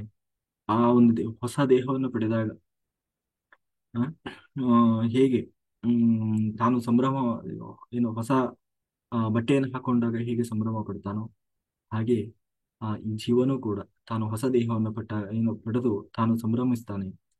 ಆ ಕ್ಷಣದಲ್ಲಿ ಯಾವಾಗ ಅವನು ಜೀವ ಬಿಟ್ಟ, ಸಾವು ಅನ್ನೋದು ಸಂಭವಿಸುವ ಅದು ಅಂತ್ಯ ಅಲ್ಲ, ಅವನಿಗೆ ಇನ್ನೊಂದು ಆರಂಭ. ನೈನಂ ಚಿಂದಂತಿ ಶಸ್ತ್ರಾಣಿ ನೈನಂ ದಹತಿ ಪಾವಕಃ ನ ಚೈನಂ ಕ್ಲೇದಯಂತ್ಯಾಪೋ ನ ಶೋಷಯತಿ ಮಾರುತಃ. ಈ ದೇಹವನ್ನ ಈ ಜೀವವನ್ನ ಯಾವ ವಸ್ತುವಿನಿಂದಲೂ ಕೂಡ ನಾಶ ಮಾಡಲಿಕ್ಕೆ ಸಾಧ್ಯವಿಲ್ಲ. ಯಾವ ಶಸ್ತ್ರದಿಂದಲೂ, ಯಾವ ಶಸ್ತ್ರ ಅಸ್ತ್ರ ಅಥವಾ ಯಾರು ನಾವು ಹೇಳ್ತೀವಲ್ಲ, ಅವರು ಶಾಪ ಕೊಟ್ಟುಬಿಟ್ರು ಋಷಿಮುನಿಗಳು. ಇವರಿಂದ ಶಾಪಗ್ರಸ್ತರಾದರು. ಅದರಿಂದ ನಾಶ ಮಾಡ್ಲಿಕ್ಕೆ ಆಗ್ತದೆ ಇಲ್ಲ. ಯಾವ ಅಸ್ತ್ರದಿಂದಲೂ, ಯಾವ ಬ್ರಹ್ಮಾಸ್ತ್ರ, ಯಾವ ನಾರಾಯಣಾಸ್ತ್ರ, ವಿಷ್ಣುವಾಸ್ತ್ರ, ಯಾವ ಅಸ್ತ್ರದಿಂದಲೂ ಕೂಡ ಈ ಜೀವನನ್ನ ನಾಶ ಮಾಡ್ಲಿಕ್ಕೆ ಸಾಧ್ಯ ಇಲ್ಲ. ಏಕೆಂದ್ರೆ ಯಾವುದೇ ಒಂದು ವಸ್ತುವನ್ನ ನಾಶ ಮಾಡ್ಲಿಕ್ಕೆ ಒಂದಿಷ್ಟು ವಸ್ತುಗಳು ಅಂತ ಬೇಕು. ಘನ, ದ್ರವ, ನೀರು ಅಥವಾ ನೀರು. ನೀರಿನಲ್ಲಿ ನಾಶ ಆಗುವಂತವು ಇದ್ದಾವೆ. ಬೆಂಕಿ ಸುಟ್ಟು ಹಾಕ್ತದೆ, ಗಾಳಿಯಲ್ಲಿ ಅದು ಛಿದ್ರ ಛಿದ್ರ ಮಾಡ್ತದೆ. ಅಥವಾ ಮಣ್ಣಿನಲ್ಲಿ ಅದು ಹೂತು ಏನಂತೀವಿ, ಡಿಕಂಪೋಸ್ ಆಗಿ ಹೋಗ್ತದೆ. ಈ ತರ ಎಲ್ಲ ಯಾವುದೋ ಒಂದು ರೂಪದಲ್ಲಿ ನಾಶ ಆಗಿ ಹೋಗ್ತದೆ. ಆದ್ರೆ ಜೀವ ಅನ್ನೋವನನ್ನ ಈ ಯಾವ ರೂಪದಿಂದಲೂ ಕೂಡ ನಾಶ ಮಾಡ್ಲಿಕ್ಕೆ ಸಾಧ್ಯ ಇಲ್ಲ. ಯಾವ ಅಸ್ತ್ರ ಶಸ್ತ್ರಗಳಿಂದಲೂ ಸಾಧ್ಯ ಇಲ್ಲ. ಅದರಲ್ಲೂ ಆ ಜೀವ ಎಷ್ಟು ಸೂಕ್ಷ್ಮವಾಗಿರ್ತಾನೆ ಗೊತ್ತೇನೆ ನಿನಗೆ. ಶಾಸ್ತ್ರ ಹೇಳ್ತಾರೆ, ಅದು ಕೆಲವು ತಿಳಿದವರು ಹೇಳ್ತಾರೆ ಕೆಲವು. ಒಂದು ಕುದುರೆಯ ಬಾಲ ಇರ್ತದಲ್ಲ, ಕುದುರೆಯ ಬಾಲದ ಒಂದು ಕೂದಲಿನ ತುದಿಯನ್ನ 10,000 ಭಾಗಗಳಾಗಿ ವಿಂಗಡಿಸಿದರೆ ಕೊನೆಗೆ ಒಂದು ಸಣ್ಣ ಅದು ಕಣ್ಣಿಗೂ ಕಾಣಲ್ಲ, ಅಷ್ಟು ಸಣ್ಣ ಒಂದು ಗಾತ್ರ ಸಿಗ್ತದೆ. ಅಷ್ಟು ಸಣ್ಣದಲ್ಲಿರ್ತಾನೆ ಯಾರು ಜೀವ. ಅಂದ್ರೆ ಅವನ ಕಣ್ಣಿಗೂ ಕಾಣಲ್ಲ. ಇನ್ನು ಸೂಕ್ಷ್ಮ ಏನೋ ಮೈಕ್ರೋಸ್ಕೋಪ್ ಹಾಕಿದ್ರೂ ಕಾಣಲ್ಲ, ಅಷ್ಟು ಸೂಕ್ಷ್ಮವಾಗಿರ್ತಾನೆ. ಅವನನ್ನ ಇನ್ನು ಬೆಂಕಿ ಸುಡೋದಿಲ್ಲ. ಯಾವ ಅಸ್ತ್ರಶಸ್ತ್ರದಿಂದ ಹೇಗೆ ಏನು ಇದು ಮಾಡ್ಲಿಕ್ಕೆ ಸಾಧ್ಯ ಆಗ್ತದೆ? ಆ ಹೇಳಯ್ಯ, ನೀನು ದೇಹವನ್ನ ನಾಶ ಮಾಡಬಹುದೇ ಹೊರತು ಅದು ನಾನು ಇಚ್ಛಿಸಿದ್ರೆ ಇನ್ನು ಯಾರನ್ನೂ ಏನು ಮಾಡ್ಲಿಕ್ಕೆ ಸಾಧ್ಯ ಇಲ್ಲ. ಹಾಗಾಗಿ ಜೀವನನ್ನ ಇಂದಲ್ಲ ಮುಂದೆಂದೂ ಯಾರಿಂದಲೂ ಕೂಡ ನಾಶ ಮಾಡ್ಲಿಕ್ಕೆ ಆಗೋಲ್ಲ. ಅಂದ್ರೆ ಹಾಗಾದ್ರೆ ಅವನಿಗೆ ಒಂದಿಷ್ಟು ಏನೋ ಸಮಯದವರೆಗೆ ಇರ್ಬೋದು, ಅಥವಾ ಆಮೇಲೆ ಅದನ್ನೇ ಹೇಳ್ತಾನೆ, ಇಚ್ಛೆಯೋದು ಯಥಾ ಮದ್ಯೋಹ ಯಮ ಕ್ಲೇದ್ಯೋಶ್ಯೋಷ್ಯ ಏವಚ ನಿತ್ಯ ಸರ್ವಗತ ಸ್ಥಾಣು ರಚೋಲಯಂ ಸನಾತನಃ. ಅಂದ್ರೆ ಅನಾದಿ ನಿತ್ಯನಾಗಿದ್ದು ಜೀವನನ್ನ ಇವತ್ತು ಅಥವಾ ಮುಂದೆ ಎಂದೋ ಒಂದು ದಿನ ಅವನು ನಾಶ ಆಗ್ಬಿಡ್ತಾನೆ. ಸ್ವಲ್ಪ ದಿವಸ ಇದ್ದು ಅಥವಾ ಸ್ವಲ್ಪ ವರ್ಷ, ಎಷ್ಟೋ ಲಕ್ಷ ಕೋಟಿ ವರ್ಷ ಇದ್ದು ಅವನೇ ನಾಶ ಆಗ್ತಾನೆ ಅಂತ ನೀನು ತಿಳ್ಕೊಂಡಿದ್ರೆ ಇಲ್ಲ. ಹೇಗೆ ನಾನು ಎಷ್ಟೋ ಕೋಟಿ ಕೋಟಿ ವರ್ಷದಿಂದ ಇದ್ದೇನೆ, ಅಂದ್ರೆ ನನಗೆ ಹುಟ್ಟು ಅನ್ನೋದಿಲ್ಲ, ಹಾಗೆ ಜೀವನಿಗೂ ಹುಟ್ಟಿಲ್ಲ. ನಾನು ಇನ್ನು ಮುಂದೆ ಅನಂತ ಕಾಲದವರೆಗೆ ಇರ್ತೇನೆ, ಲೆಕ್ಕ ಇಲ್ಲದಷ್ಟು. ಅಲ್ಲಿಯವರೆಗೂ ಹಾಗೇ ಜೀವ ಇರ್ತಾನೆ. ಅಂದ್ರೆ ನೀವು ಎಲ್ಲರೂ ಇರ್ತೀವಿ. ಏಕೆಂದ್ರೆ ಆತ ನನ್ನ ಗುಣಧರ್ಮದಿಂದ ಎಂದೂ ಬದಲಾಗದ ಸರ್ವಗತನಾದಂತಹವನು, ಭಗವಂತನ ಪಡಿಯಚ್ಚು, ಅಂದ್ರೆ ನನ್ನ ಪಡಿಯಚ್ಚು, ಯಾವ ಆಯುಧಕ್ಕೂ ನಿಲುಕದವನು, ಯಾವ ಕಾಲದಲ್ಲೂ ಕೂಡ ಒಂದೇ ತರ ನಾನು ಹೇಗೆ ಏಕರೂಪದಲ್ಲಿ ಇರ್ತೀನೋ ಹಾಗೆ ಅನಾದಿ ಕಾಲದಿಂದಲೂ ಇರುವವನು, ಏಕರೂಪದಲ್ಲಿ ಇರುವವನು. ಸನಾತನಿ ಅಂತಂದ್ರೆ ಅನಾದಿ ಕಾಲದಿಂದಲೂ ಇದ್ದವನು, ಮುಂದೂ ಇರುವವನು. ಹಾಗೆ ನನ್ನ ಅವ್ಯಕ್ತನಾದಂತಹ ಆತನ ಪ್ರತಿಬಿಂಬವಾದಂತಹ ಜೀವ ಭೌತಿಕ ಶರೀರದಲ್ಲಿ ಇದ್ದರೂ ಕೂಡ ಅವನು ಅವ್ಯಕ್ತನಾಗ್ತಾನೆ. ಅಂದ್ರೆ ಒಂದು ಜೀವ ತಾನು ಪ್ರಕಟವಾಗುವುದು ಹೇಗಪ್ಪ ಅಂತಂದ್ರೆ ಒಂದು ದೇಹದ ಮೂಲಕ. ಅಥವಾ ಈ ಕಾರಣದಿಂದಲೇ ಭಗವಂತ ಹಾಗೂ ಜೀವ ನಮ್ಮ ಚಿಂತೆಗೆ ನಿಲುಕಲಿಕ್ಕೆ ಸಾಧ್ಯ ಇಲ್ಲ. ಅಂದ್ರೆ ಒಬ್ಬ ಜೀವ ಅವನ ಸ್ವರೂಪವನ್ನ ತಿಳ್ಕೊಳ್ಳೋಕೆ ಕಷ್ಟ ಕಣಯ್ಯ. ಈಗ ನಾವೇ ಇದ್ದೀವಲ್ಲ, ನಾವ್ ಎಲ್ಲಿಂದ ಬಂದ್ವಿ ಅಂತ ನಮಗೆ ಗೊತ್ತಿದೆಯಾ? ಯಾರು, ಎಲ್ಲಿಂದ ಬಂದ್ವಿ, ನಾವು ಏನ್ ಮಾಡ್ತಾ ಇದ್ದೀವಿ, ಎಷ್ಟು ಜನ್ಮ ತಗೊಂಡಿದ್ದೀವಿ, ಎಷ್ಟು ಲಕ್ಷ ವರ್ಷದಿಂದ ಏನೇನೋ ಯಾವ್ಯಾವುದೋ ಜೀವರಾಶಿಯಲ್ಲಿ ಏನೇನೋ ಹುಟ್ಟಿ ಬಂದಿದ್ದೀವಿ. ಬರೀ ಯಾವ್ಯಾವುದೋ ಯಾರನ್ನೋ ತಿಳ್ಕೊಳ್ಳೋದು ಬೇಡ, ನಮ್ಮನ್ನೇ ನಾವು ತಿಳ್ಕೊಳ್ಳಿಕ್ ಸಾಧ್ಯ ಆಗ್ತಾ ಇದೆ ಏನಪ್ಪಾ? ಇಲ್ಲ. ಹೋಗ್ಲಿ, ಇಷ್ಟು ಏನಂತೀವಿ, ಆ ಹ್ಮ್ ಇಷ್ಟೆಲ್ಲಾ ವಿಚಿತ್ರ ನಮ್ಮ ಕಣ್ಣು ಮುಂದೆ ಇದೆಯಲ್ಲ, ಹ್ಮ್ ಅದರ ಹಿಂದಿನ ರಹಸ್ಯವನ್ನು ತಿಳ್ಕೊಳ್ಳಿಕ್ಕೆ ನಮಗೆ ಸಾಧ್ಯ ಆಗ್ತದೆ. ಹಾಗಿದ್ದಾಗ ನೀನು ಹೊರಗಡೆಯಿಂದ ನೋಡಿ ಯಾಕೆ ನಿರ್ಧಾರ ಮಾಡ್ತಾ ಇದ್ದಿ? ಹ್ಮ್ ಏನು ನೀನು ಲೋಕದ ದೃಷ್ಟಿಯಲ್ಲಿ ಯಾಕೆ ನೋಡ್ತಾ ಇದ್ದೀಯಾ ಅಂತ ಹೇಳಿ, ಅತ ಅತ ಚೈನಂ ನಿತ್ಯಜಾತಂ ನಿತ್ಯಂ ವಾ ಮನ್ಯಸೆ ಮೃತಂ ತಥಾಪಿ ತ್ವಂ ಮಹಾಬಾಹೋ ನೈನಂ ಶೋಚಿತುಮರ್ಹಸಿ. ಅಂದ್ರೆ ನಾವೀಗ ಒಂದು ವೇದಾಂತ ಶಾಸ್ತ್ರದಲ್ಲಿ ಹೇಳುವ ರೀತಿ ಬೇಡ, ಸಾಮಾನ್ಯ ಲೋಕದ ದೃಷ್ಟಿಯಲ್ಲಿ ಹೇಳೋಣ. ಆತ್ಮ ದೇಹದ ಮೂಲಕ ವ್ಯಕ್ತ ಆಗ್ತದೆ. ಅಂದ್ರೆ ಒಂದು ಆತ್ಮ, ನಮಗೆ ಇಲ್ಲೊಂದು ಆತ್ಮ ಇದೆ ಅಂತ ಹೇಗೆ ಗೊತ್ತಾಗುತ್ತೆ? ಒಂದು ದೇಹ ಬರ್ತದೆ ಅಂದ್ರೆ ಹುಟ್ಟಿ ಬರ್ತಾನೆ ಅಂದ್ರೆ ಆ ದೇಹದ ಮೂಲಕ ಆತ್ಮ ಬರ್ತಾನೆ, ಕಾಣಿಸ್ಕೊಳ್ತಾನೆ. ಕೊನೆಗೆ ಒಂದು ದಿನ ಆ ದೇಹ ಅಳಿದು ಹೋಗ್ತದೆ. ಅಂದ್ರೆ ಆ ನಾಶ ಆಗ್ತದೆ, ಸಾವು. ಅವಾಗ ಏನ್ ಮಾಡ್ತಾನೆ? ಮತ್ತೆ ಮರಿ ಆಗ್ತಾನೆ. ಹುಟ್ಟು ಸಾವು ಮೀರಿ ನಿಲ್ಲುವುದು ಎಂದೂ ಸಾಧ್ಯ ಇಲ್ಲ. ಅದು ಪ್ರಕೃತಿ ಧರ್ಮ. ಅಂದ್ರೆ ಆ ದೇಹ ಒಂದು ದಿನ ಆ ಏನು ಸೃಷ್ಟಿಯಾಗ್ತದೆ. ಅದು ಒಂದು ಅದಕ್ಕೂ ಒಂದಿಷ್ಟು ಸಮಯ ಇರ್ತದೆ. ಆ ಸಮಯದಲ್ಲಿ ಅವನು ಇರ್ತಾನೆ, ಅವನು ಏನು ಮಾಡಬೇಕಿತ್ತು ಅದನ್ನೆಲ್ಲ ಮಾಡ್ತಾನೆ. ಆ ಒಂದು ಸಮಯ ಮುಗಿದಾಗ ಆ ದೇಹವನ್ನು ಬಿಡ್ತಾನೆ, ತಾನು ಹೊರಡ್ತಾನೆ ಅಷ್ಟೇ. ಅದು ಪ್ರಕೃತಿ ನಿಯಮ. ಅದರಲ್ಲಿ ಯಾಕೆ ಅವನಲ್ಲಿ ಅದರ ಅವಶ್ಯಕತೆ ಅವನಿಗೆ ಇರಲ್ಲ. ಎಷ್ಟು ದಿವಸ ಅದರ ಅವಶ್ಯಕತೆ ಇತ್ತು ಆ ದೇಹವನ್ನ, ಅಷ್ಟು ದಿವಸ ಅದನ್ನು ಆಶ್ರಯಿಸಿ ಇದ್ದ. ಆಮೇಲೆ ಅದ್ರ ಕೆಲಸ ಮುಗೀತು, ಅವನು ಹೊರಟ ಅಷ್ಟೇ. ಹಾಗಾಗಿ ಸಾವಿನ ಬಗ್ಗೆ ದುಃಖ ಪಡುವ ಅಗತ್ಯ ಇಲ್ಲ ಕಣಯ್ಯ. ಮಹಾಬಲಿಷ್ಠನಾದಂತಹ ನೀನು ಈ ಹಿಂದೆ ಅದೆಷ್ಟೋ ಯುದ್ಧ ಮಾಡಿದಿ. ಇದೇನ್ ನಿನಗೆ ಫಸ್ಟ್ ಟೈಮ್ ನೀನು ಯುದ್ಧಕ್ಕೆ ಬಂದು ನಿಂತ್ಕೊಂಡು ಈ ಸೈನ್ಯ ನೋಡಿ ಅಯ್ಯೋ ಸಾವು ನೋವನ್ನ ನೋಡದೇ ಇರೋ ಮನುಷ್ಯನ ಹಾಗೆ ನೀನೇನು ವರ್ತನೆ ಮಾಡ್ಬೇಕಾಗಿಲ್ಲ. ಆದ್ರೆ ಈಗ ಯಾಕೆ ನಿನಗೆ ಈ ಸಮಸ್ಯೆ ಬಂತು? ನೀನ್ ಯಾಕೆ ಮಾಡಬೇಕಾದಂತಹ ಕರ್ತವ್ಯವನ್ನ ಮಾಡದೆ, ಹ್ಮ್ ಮಾಡ್ತಾ ಇರೋ ಕರ್ತವ್ಯವನ್ನ ಮಾಡೋದ್ ಬಿಟ್ಟು ಏನೇನೋ ತಲೆಯಲ್ಲಿ ಇಟ್ಕೊಂಡು ಕುಂತಿದೀಯಲ್ಲಯ್ಯ ಅಂತ ಹೇಳಿ ಹೇಳ್ತಾ, ಜಾತಸ್ಯ ಹಿ ಧ್ರುವ್ಯೋ ಮೃತ್ಯು ಧ್ರುವಂ ಜನ್ಮ ಮೃತ್ಯು ಚ ಸ ತಸ್ಮಾದ ಪರಿಹಾರ್ಯಾರ್ಥೇನ ತ್ವಂ ಶೋಚಿತುಮರ್ಹಸಿ. ಹುಟ್ಟಿದವನಿಗೆ ಸಾವು ಅನ್ನುವುದು ಖಚಿತ, ಸತ್ತವನಿಗೆ ಮರುಹುಟ್ಟು ಅನ್ನುವುದು ಖಚಿತ. ಹುಟ್ಟಿದವನು ಹೇಗೆ ಸಾಯಲೇಬೇಕೋ, ಸತ್ತವನು ಕೂಡ ಮತ್ತೆ ಹುಟ್ಟುತ್ತಾನೆ ಎನ್ನುವುದು ಕೂಡ ಅಷ್ಟೇ ಖಚಿತ. ಹಾಗಾಗಿ ಇದು ಅನಿವಾರ್ಯವಾದ ಸಂಗತಿ. ಇದನ್ನ ನಾವು ಏನಂತೀವಿ, ಒಪ್ಪಿಕೊಳ್ಳೇಬೇಕು, ಅಸೆಪ್ಟ್ ಮಾಡಲೇಬೇಕು. ಯಾಕೆಂದ್ರೆ ಇದು ಪ್ರಕೃತಿ ಧರ್ಮ. ಯಾಕೆಂದ್ರೆ ಕೊನೆಗೆ ಹಣ್ಣು ಹಣ್ಣಾಗಿ ಯಾವ ಏನು ಏನು ಸ್ಪಂದನೆಯೂ ಇಲ್ಲದಂತಹ ದೇಹದಲ್ಲಿ ಇದ್ದು ಏನು ಸಾಧಿಸ್ಬೇಕಾಗ್ತದೆ? ಹಾಗಿದ್ದಾಗ ಅದಕ್ಕೂ ಒಂದು ಸಮಯ ಅಂತ ಇರ್ತದೆ, ಅದು ಆದ್ಮೇಲೆ ಹೋಗೋದೆ. ಹಾಗಾಗಿ ಈ ಹುಟ್ಟು ಸಾವು ಸುಖ ದುಃಖ ಒಂದು ನಾಣ್ಯದ ಎರಡು ಮುಖ ಇದ್ದ ಹಾಗೆ. ರಾತ್ರಿ ಅಂದ ಮೇಲೆ ಏನು ರಾತ್ರಿ ಇಲ್ಲದೆ ಹಗಲಿಲ್ಲ, ಹಗಲಿಲ್ಲದೆ ರಾತ್ರಿ ಇರೋಲ್ಲ. ಹೇಗೆ ಸಾಧ್ಯ ಅದು? ಬರೀ ಹಗಲಲ್ಲೇ ಇರ್ಲಿಕ್ಕಾಗಲ್ಲ, ಬರೀ ರಾತ್ರಿನೇ ಇರಲಿಕ್ಕಾಗಲ್ಲ. ಹುಟ್ಟಿದವನು ಅನ್ನುವನು ಸಾಯ್ಲೇಬೇಕು, ಅದು ಅನಿವಾರ್ಯ.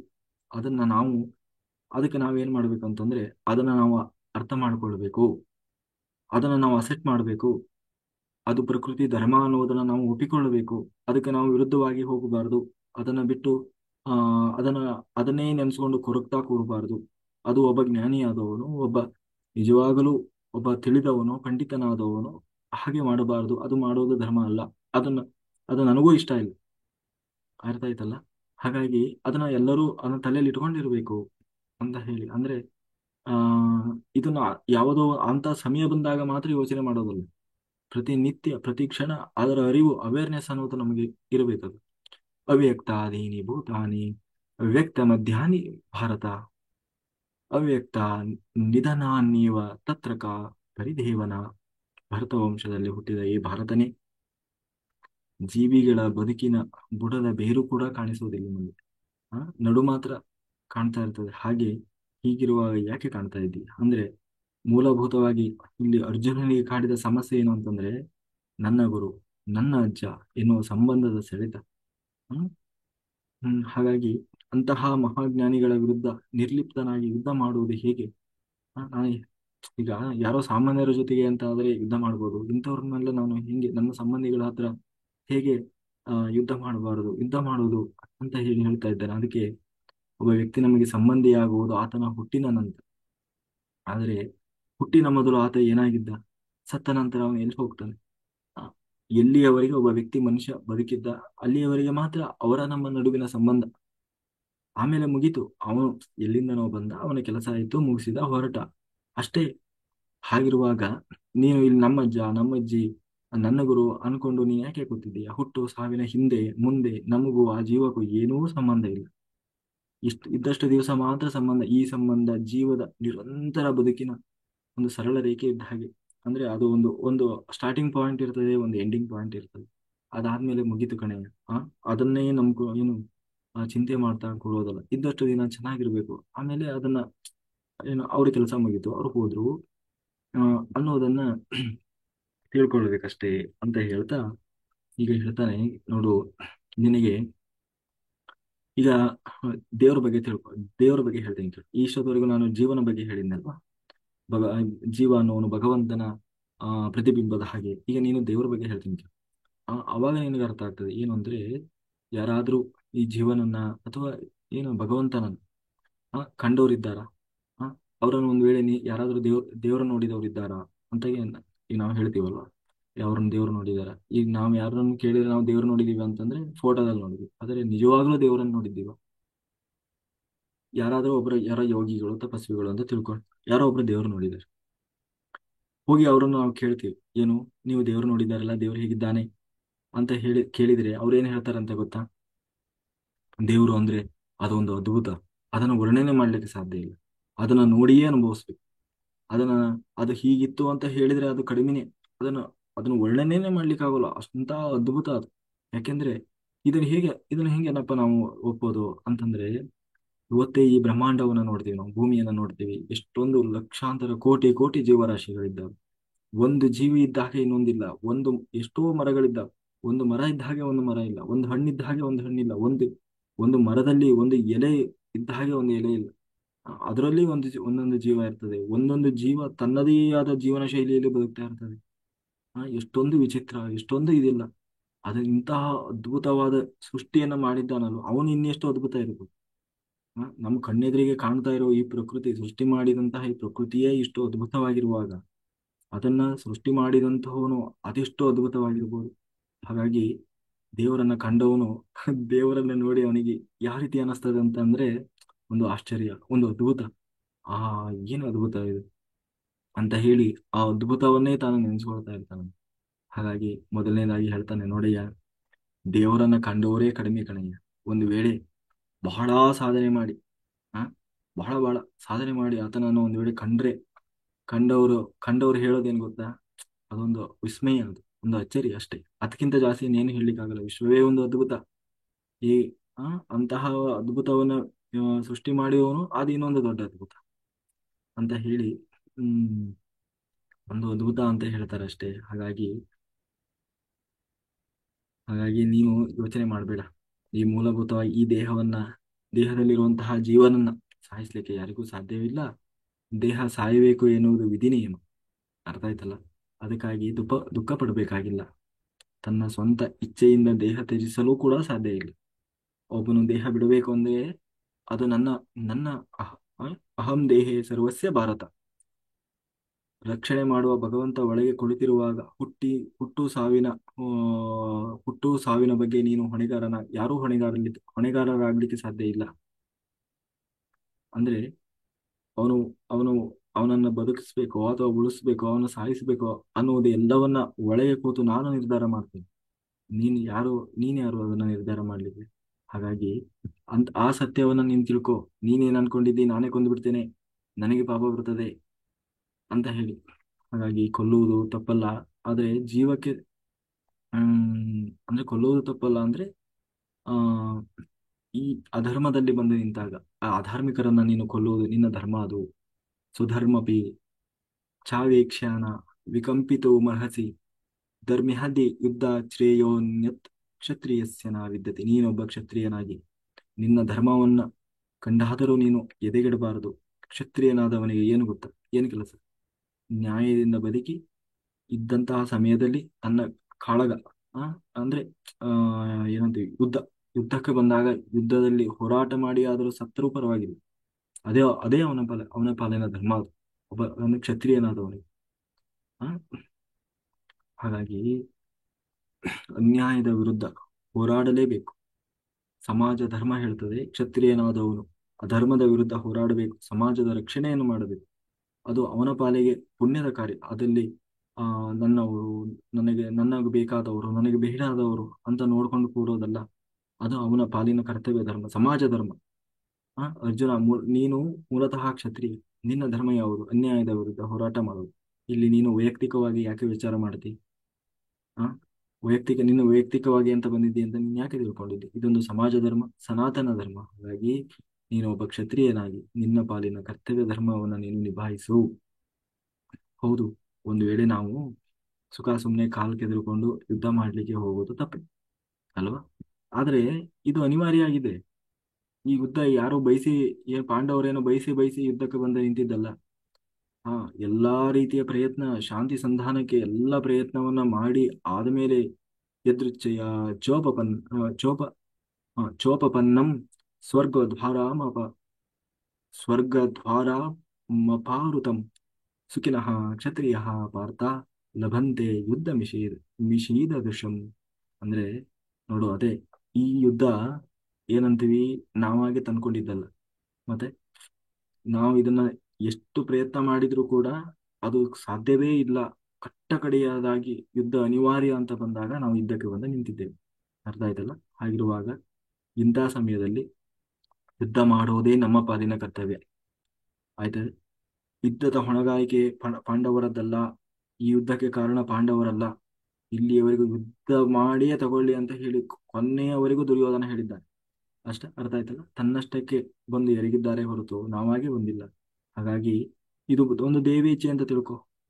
ಯಾಕೆಂದ್ರೆ ನಾವಾಗೆ ಬಯಸಿಲ್ಲ, ನಾವಾಗೆ ತಂದ್ಕೊಂಡಿದ್ದಲ್ಲ, ಆದ್ರೆ ತಾನಾಗೆ ಇದು ಅನಿವಾರ್ಯವಾಗಿ ಬಂದಿದೆ. ಹಾಗಾಗಿ ಇದು ನನ್ನ ಇಚ್ಛೆ, ಈಶ್ವರನ ಇಚ್ಛೆ ಅಂತ ತಿಳ್ಕೊ.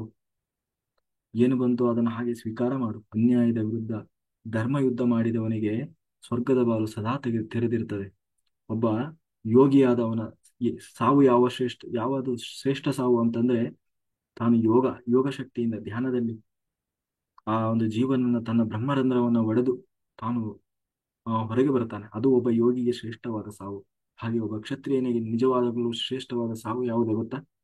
ಯುದ್ಧ ರಂಗದಲ್ಲಿ ಯುದ್ಧ ಮಾಡ್ತಾ ಪ್ರಾಣ ಬಿಡುವುದು. ಅದು ಧರ್ಮದ ಪರವಾಗಿ ಯುದ್ಧ ಮಾಡ್ತಾ, ಅದು ಒಬ್ಬ ಕ್ಷತ್ರಿಯನ ಶ್ರೇಷ್ಠ ಸಾವು. ಅಷ್ಟೇ ಅಲ್ಲ, ಅವನಿಗೆ ಮೇಲೆ ಏನಂತೀವಿ, ಸ್ವರ್ಗದಲ್ಲಿ ಅವನಿಗೆ ಕಾಯ್ತಾ ಇರ್ತಾರಂತೆ. ಯಾಕೆಂದ್ರೆ ಧರ್ಮಕ್ಕಾಗಿ ಅಂತ ಹೋರಾಡಿದ ಆ ಮಹಾನೀಯ ಅಂತ ಹೇಳಿ. ಅಷ್ಟೇ ಅಲ್ಲ, ನೋಡು ಅಲ್ಲೆಲ್ಲ ಎಂತೆಂತ ರಾಜರು ಬಂದು ನಿಂತಿದ್ದಾರೆ. ಬಾಲಿಕ ರಾಜ, ಅದನ್ನು ಹೇಳ್ತಾರೆ, ವರ್ಣನೆ ಮಾಡ್ತಾರೆ. ಏನು ಅಂತಂದ್ರೆ, ಹಣ್ಣು ಮುದುಕ. ಎಂತ ಹಣ್ಣು ಮುದುಕ ಅಂದ್ರೆ, ಅವನ ಈ ಮೇಲಿನ ಕಣ್ಣು ಬಿದೆಯಲ್ಲ, ಅದು ಜೋತು ಬಿದ್ದಿದೆಯಂತೆ. ಜೋತು ಬಿದ್ದು ಈ ಕಣ್ಣೆಲ್ಲ ಮುಚ್ಚಿ ಹೋಗಿದಾವಂತೆ. ಅದನ್ನ ಅವನು ಒಂದು ದಾರ ಕಟ್ಟಿ ಅದನ್ನ ಎತ್ತಿ ಕಟ್ಕೊಂಡಿದ್ದಾನಂತೆ. ಅದ್ ಮೇಲಿನ ಕಣ್ಣು ಅಂದ್ರೆ ಅಷ್ಟು ಹಣ್ಣು ಮುದುಕ. ಆ ಚರ್ಮ ಎಲ್ಲ ಜೋತು ಬಿದ್ದು ಹೋಗಿದೆ. ಆದ್ರೂ ಯುದ್ಧ ಮಾಡ್ತೀನಿ ಅಂತ ಬಂದು ನಿಂತಿದ್ರು. ಅಲ್ಲ, ಅಲ್ಲಿ ನೋಡಯ್ಯ, ಅವ್ರಿಗೆ ಪಾಪ, ಅವರಿಗೆ ಏನಂತೀವಿ, ಅಸ್ತ್ರಶಸ್ತ್ರನ ಸರಿಯಾಗಿ ಎತ್ತಿ ಹಿಡಿಯುವ ಶಕ್ತಿ ಇಲ್ಲ. ಎತ್ತಿ ಹಿಡಿಯೋದಿರ್ಲಿ, ಕರೆಕ್ಟಾಗಿ ನಿಂತ್ಕೊಳಕ್ ಆಗಲ್ಲ ಅವರಿಗೆ. ಅಂತವರೆಲ್ಲ ಇವತ್ತು ಯುದ್ಧ ಅಂತ ಹೇಳಿ ಬಂದು ನಿಂತಿದ್ದಾರೆ. ಯಾಕೆ ಗೊತ್ತಾ? ಅವರಿಗೆ ಗೊತ್ತಿದೆ ಅದು ಧರ್ಮ. ಈ ನಾವು ಕ್ಷತ್ರಿಯನಾಗಿ ಯುದ್ಧ ರಂಗದಲ್ಲಿ ಯುದ್ಧ ಮಾಡ್ತಾ ಸಾಯುವುದು ಅತ್ಯಂತ ಶ್ರೇಷ್ಠವಾದ ಸಾವು ಅಂತ ಹೇಳಿ ಆ ಶ್ರೇಷ್ಠತೆಗಾಗಿ ಬಂದಿದೆ ಒಬ್ಬ ಕ್ಷತ್ರಿಯನಾದು. ಕೊನೆಯವರೆಗೂ ಏನಕ್ಕಾಗಿ ಕಾಯ್ತಾನೆ ಗೊತ್ತಾ? ಒಂದು ಯುದ್ಧ ಮಾಡುವ ಅವಕಾಶ ಸಿಗ್ತದ, ಧರ್ಮವನ್ನ ರಕ್ಷಣೆ ಮಾಡ್ಲಿಕ್ಕಾಗಿ, ಅಧರ್ಮವನ್ನ ಸದೆಬಡಿಲಿಕ್ಕಾಗಿ ಏನಾದ್ರೂ ಒಂದು ಅವಕಾಶ ಸಿಗ್ತದಾ ಅಂತ ಒಬ್ಬ ನಿಜವಾದ ಕ್ಷತ್ರಿಯ ಕಾಯ್ತಾ ಇರ್ತಾನೆ. ಒಬ್ಬ ನಿಜವಾದ ಯೋಧ ಸೈನಿಕ ಯಾರು ಗೊತ್ತಾ? ಶತ್ರು ಸೈನ್ಯವನ್ನ ಅಥವಾ ಶತ್ರು ದೇಶದ ಸೈನ್ಯವನ್ನ ಸದೆಬಡಿಲಿಕ್ಕೆ ಒಂದು ಅವಕಾಶ ಸಿಗ್ತದಾ ಅಂತ ಹೇಳಿ ಕಾಯ್ತಾ ಇರ್ತಾನಂತ. ಹಗಲಿರುಳು ಕಾಯ್ತಾ, ಅಂತ ಒಂದು ಅವಕಾಶ ಸಿಕ್ಕರೆ ತನ್ನ ಪ್ರಾಣವನ್ನು ಕೂಡ ಲೆಕ್ಕಿಸದೆ ತಾನು ಹೋರಾಟ ಮಾಡ್ತಾನೆ. ಅಂಥವನಿಗೋಸ್ಕರ ಸ್ವರ್ಗದಲ್ಲಿ ಏನಂತೀವಿ, ಆ ರಿಸರ್ವೇಶನ್ ಕಾಯ್ತಾ ಇರ್ತದೆ. ಅಂದ್ರೆ ಅವನ ಸಾವು ಕೂಡ ವ್ಯರ್ಥ ಆಗೋಲ್ಲ. ಆ ಅತ ಚೇತ್ವಂ ಧರ್ಮಮಿಮಂ ಸಂಗ್ರಾಮಂ ನ ಕರಿಷ್ಯಸಿ ಕುತಃ ಸ್ವಧರ್ಮ ಕೀರ್ತಿಂಚ ಹಿತ್ವಾ ಪಾಪಮವಾಪ್ಸ್ಯಸಿ. ಹಾಗಾಗಿ ನೀನು ಪಾಪದ ಭಯವನ್ನು ಬಿಟ್ಬಿಡಯ್ಯ. ಯುದ್ಧ ಬೇಡ ಅಂತ ಹೇಳ್ತಾ ಇರುವೆ ಅಲ್ಲಪ್ಪ.